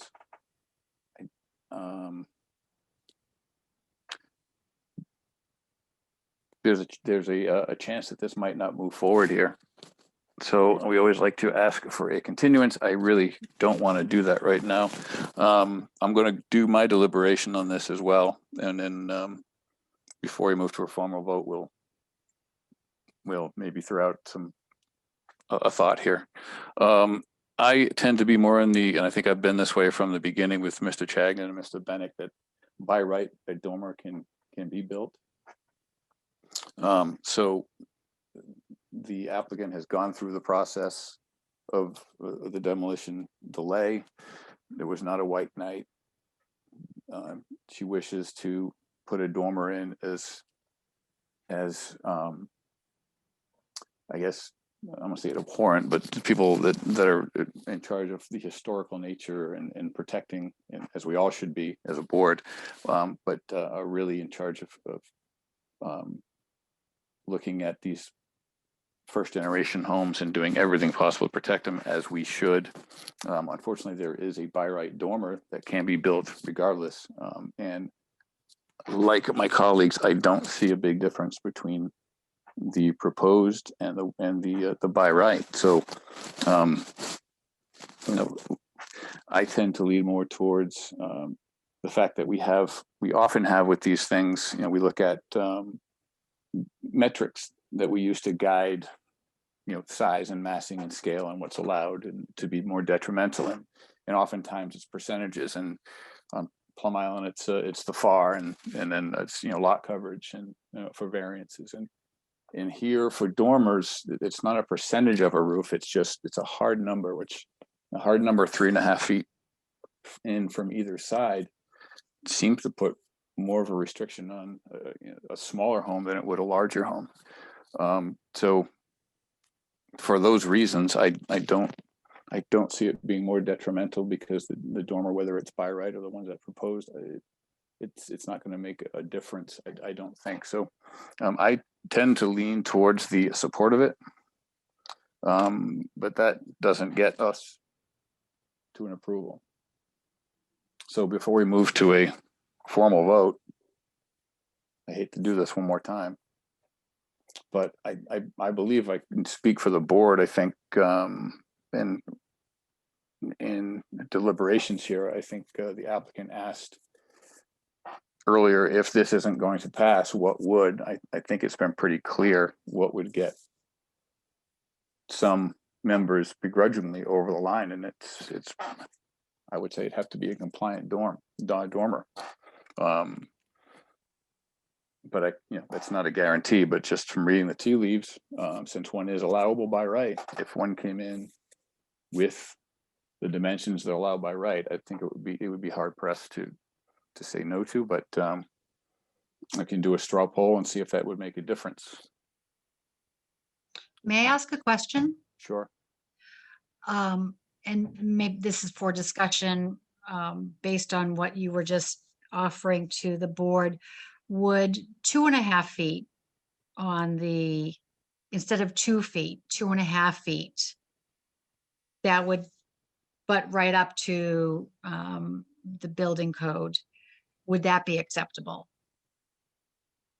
I'm not sure that negotiating, what would work with the board is the proper way to go this. I don't know if that's something the board would be comfortable with. I know what you can do by right. I know what you've tried to propose. I think the board's been pretty clear. I mean, to keep creeping to get to where I think we need to get to, I'm not sure is the way to go, I guess is what I'm saying. Okay, so I do have a separate question then. If Sure. I were to apply to the building department to build a by right dormer, they will not require me to comply with building code in the bathroom. That I cannot say. Of course, you'd have to follow building codes. And again, it would be safety codes first from what I understand, but I am not prepared to give you the definitive answer. That I don't think Andy would be able to help me out on that either, but Yeah, so as I'd indicated before, Jennifer isn't here. She doesn't deal with the building code directly Right. either. It would really be Greg Earls or Dennis Brown, the billing office you'd want to speak to. The comment was made earlier this evening. KP Law has given opinion to the planning office and the building department as to the relief or exemptions for historic structures under the building code. That much is clear. What isn't, I think, clear, and we'd have to defer to the building office for further review on, is the extent to which that flexibility applies here for, say, the bathroom space as it's been discussed tonight. We would have to inquire with them about that particular detail, I think. having gone through so many iterations, and could I ask you again, if it's a by right dormer that's proposed, does it end up in front of us anyway? It may be perceived as an extension of a nonconformity, so that is a separate. We've had some discussion internally, and I prefer not to use the term by right dormer. Okay. Just because I think it might suggest latitude under the ordinance for something as of right, where the ordinance doesn't explicitly say that that's allowed everywhere without other relief or review. Point taken. So yeah, and if I speak out of turn, it's because I'm not an attorney, and sometimes I say things I probably shouldn't say. So Ms. Pampos, the only guidance I can give you is what you've had in the straw poll, which has been pretty clearly you don't have enough to do this as proposed, and I think there's been some good feedback on the only thing that might work, but that can't be guaranteed. So I guess, since I'm not a lawyer, I should ask for a continuance so I can contact the building department and ask if they would indeed confirm the comments that were made during the session that I could build the by right dormer without complying with state building code. I think if you had questions like that, that would probably make some sense. So you're asking for a continuance. I believe I need to, because I was strictly under the impression that all new construction once you touch one wall, one outlet, one piece of plumbing, that you had to bring everything up to code for that section, for that room, for that floor. And so there are comments that were made tonight that said that historic homes are exempt. And so, not that a by right dormer would, to me, be safe in the bathroom. If that exempts me, then it removes that worry of complying with both departments. So I do think at this point I should ask for a continuance and discuss and meet with the building department. I think that makes sense, and I think you have some good legal questions. I also want to reiterate that my use of by right was probably ill-advised. I'm not sure anything in this case can be called by right, as was pointed out by Andy Port. So don't run off the fact that I might have misused the term there and run, but I think you do. I think it would make some sense for you to check into all the issues that were brought up tonight. Okay. This is Andy. If I could offer as well, thinking about the applicant may need additional time to revise plans if based on the conversation with the building department. I don't know if that gives any indication as to when the continuation should be moved to, whether that be potentially the September 14th date or the 28th. I don't know. It seems unlikely that you'd be able to get those answers and get revised plans back in a week for the next meeting packet, I guess. So I don't know if I just wanted to point that out for the applicant and the board to decide what continuation date makes sense. I was thinking end of September. Okay, so it would be the 28th. 28th. Okay. Okay, A month should be enough time to get answers. I would agree. So the applicant is asked to continue this to the meeting of September 28th in order to get some legal issues cleared up. And what says the board?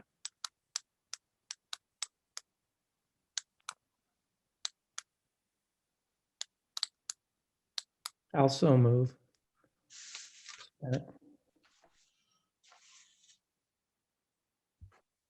I'll second that, Stephen Delisle. Okay, we have a motion to continue this matter to the September 28th meeting, made by Mr. Bennett, second by Mr. Delisle. We do the vote now. Mr. Delisle, Yes. Mr. Swanton, Yes. Mr. Chagnon, Yes. Mr. Bennett, Yes. and I am a yes as well, only the affirmative, and low that we don't need that many votes, but yes, the application is continued to the September 28th meeting, and we will reconvene and take another bite of the apple. Thank you, Ms. Thank you so Bampos. much. You bet.